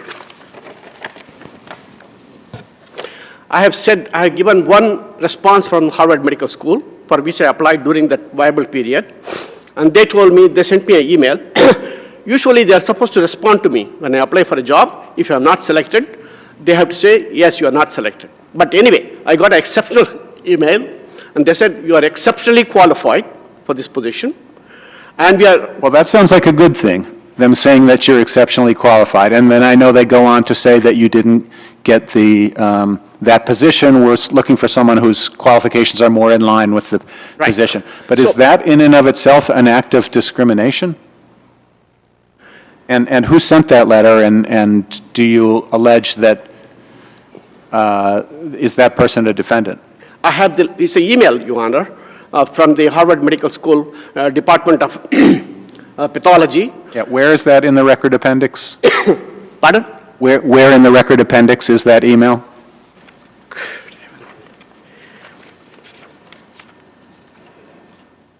I know it's there, I saw it, but I just can't yes, Your Honor. summon it up. It says attachment 2 here, and well, we'll find it. It's okay. I can forward it later. It's here. Yeah. Can I bring it here? Not No, it's okay. Anyway, we'll find it. Let me come to this point. And so I want to, request this court to consider my claim of violation of my constitutional right as a citizen. Under Section 11I, since the judge properly ruled saying that 11H is not applicable, he cannot claim this. It has to go through the Attorney General. That was my error. But 11I, he has considered, he has said, I have not specified, I have not gone, but I have done it. I have given human resources reports, the application date, where I was, what my qualification is. I have got a record of qualification for each position they're asking. They give a description. Do I qualify all those things? And an expert witness will come and testify looking at my CV, and this guy is exemplarily qualified. And another thing Judge Deakin said was that your complaint did not allege that your rights were interfered with by threats, intimidation, or coercion, which is a requirement under 11I. Can you point to something in the verified complaint that alleged threats, intimidation, or coercion? Yes, Your Honor. I was coerced. They did not, when I came from Yale to Harvard, I was invited to come here. I was offered assistant. What I'm asking is, can you tell us where in the record appendix in the verified complaint did you allege threats, intimidation, or coercion? Because you have to allege that in order to state a claim for 11I, violation of civil rights. It was threat and intimidation and coercion. And that I have extensively argued in my complaint proper at the lower court. Where in the complaint is it?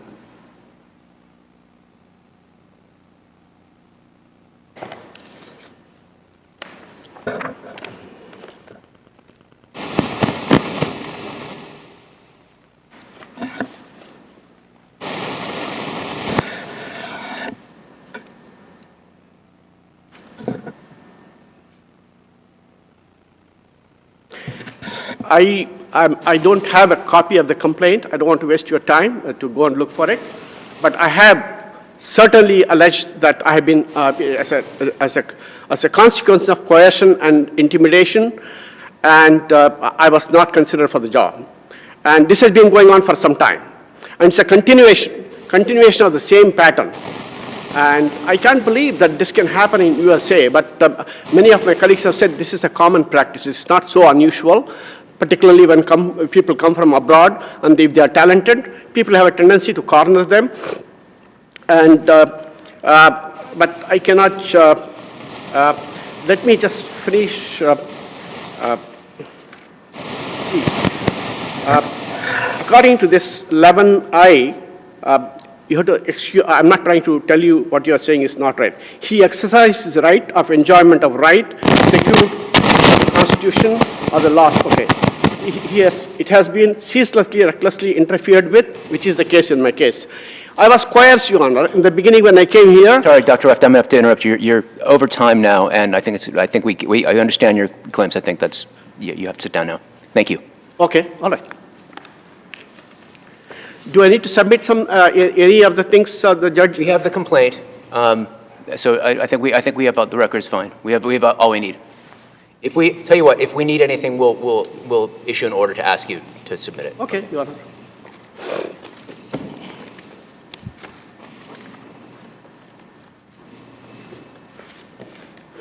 Can I just add one more sentence, Your Honor? One sentence. Okay.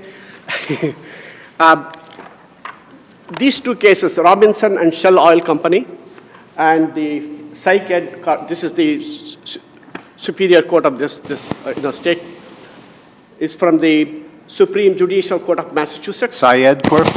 Pardon? SYED Corp? Yes. Yes, we know and that there case. they have said former employee can file a retaliation claim. Former employee can file a retaliation claim. Yeah, we've got that case. Okay, thank you, sir. Thank you.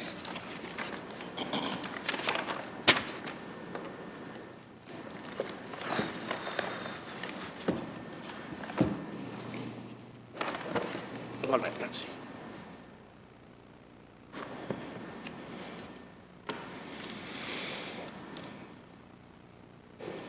Go ahead. Good afternoon, members of the panel, and may it please the court. My name is Gregory Manousis from the firm of Morgan, Brown & Joy. I represent Harvard Medical School and the president and fellows of Harvard College in this case. I'm arguing on behalf of all of the named defendants, including Brigham and Women's Hospital, Mass General Hospital, Boston Children's Hospital, and then the 4 individually named physicians who are listed in the caption. Speak up a little if you would, or push the mic closer. Sure. A little. Okay. Okay.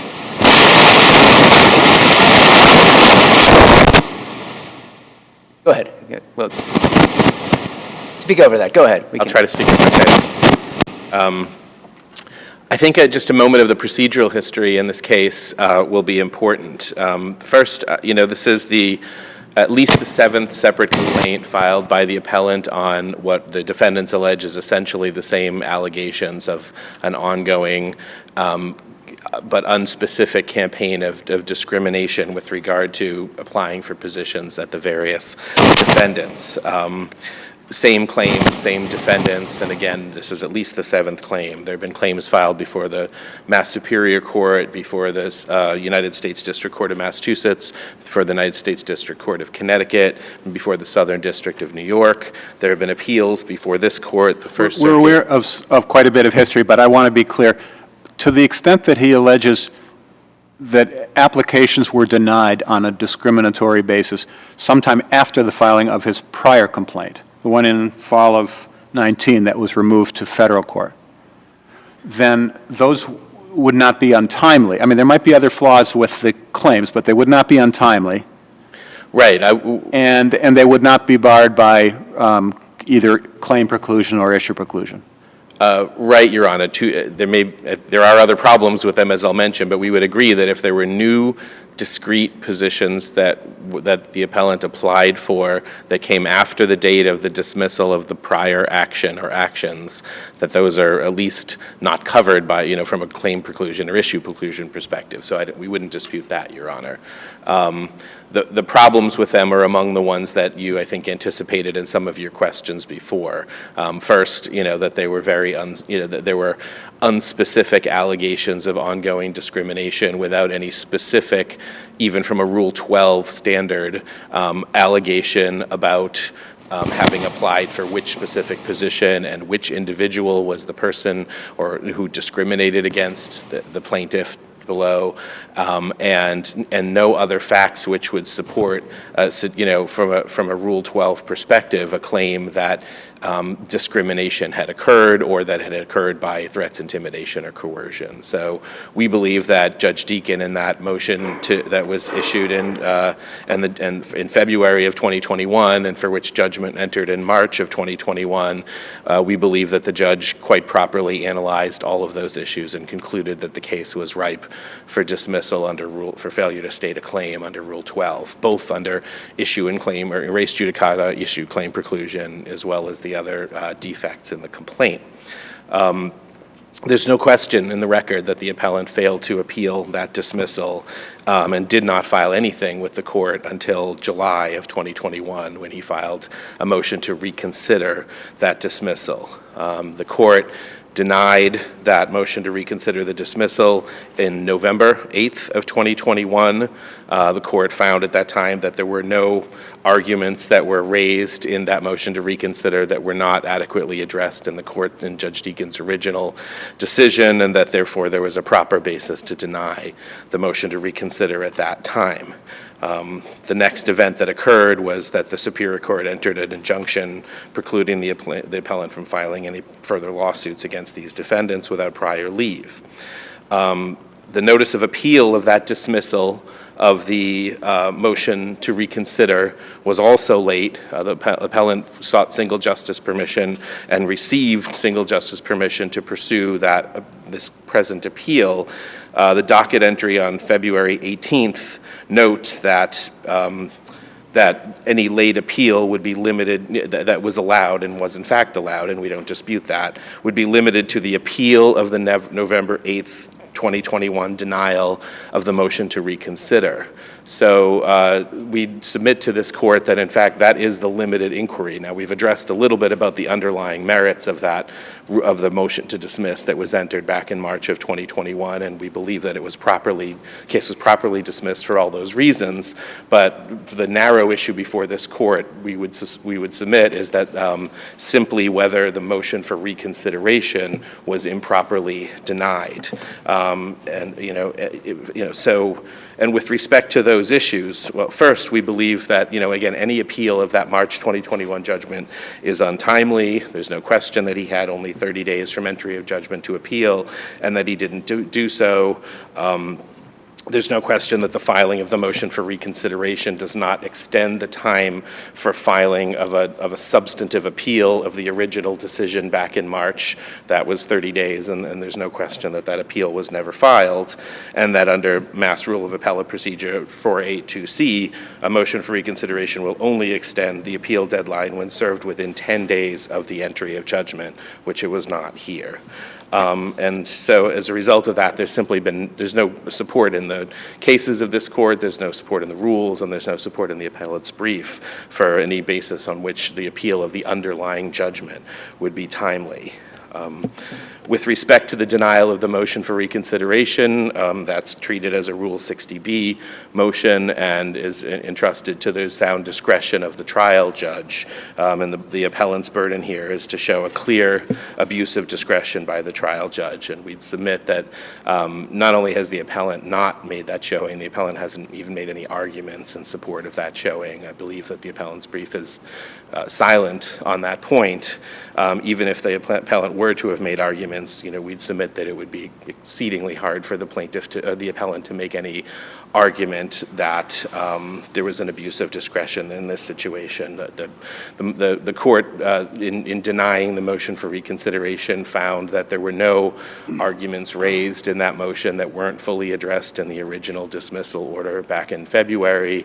A review of those arguments that were made, and it's in the record appendix, the arguments made by the plaintiff below in support of that motion for reconsideration make very clear that they're exactly the same arguments that had been presented previously, and so it was well within the sound discretion of the trial judge to deny that motion for reconsideration. So we believe that for those reasons, the appellant's claims here are without merit, and both substantively and procedurally. All right. Well, I think we get it. So thank you both for your arguments. The case is submitted, so that will end our court session for today. I want to thank the clerk staff and the court officers for their attentiveness and help today. And we'll be in recess. I'm going to have a brief word with my law clerk right here. So ignore me. You're free to go. And so thank you very much.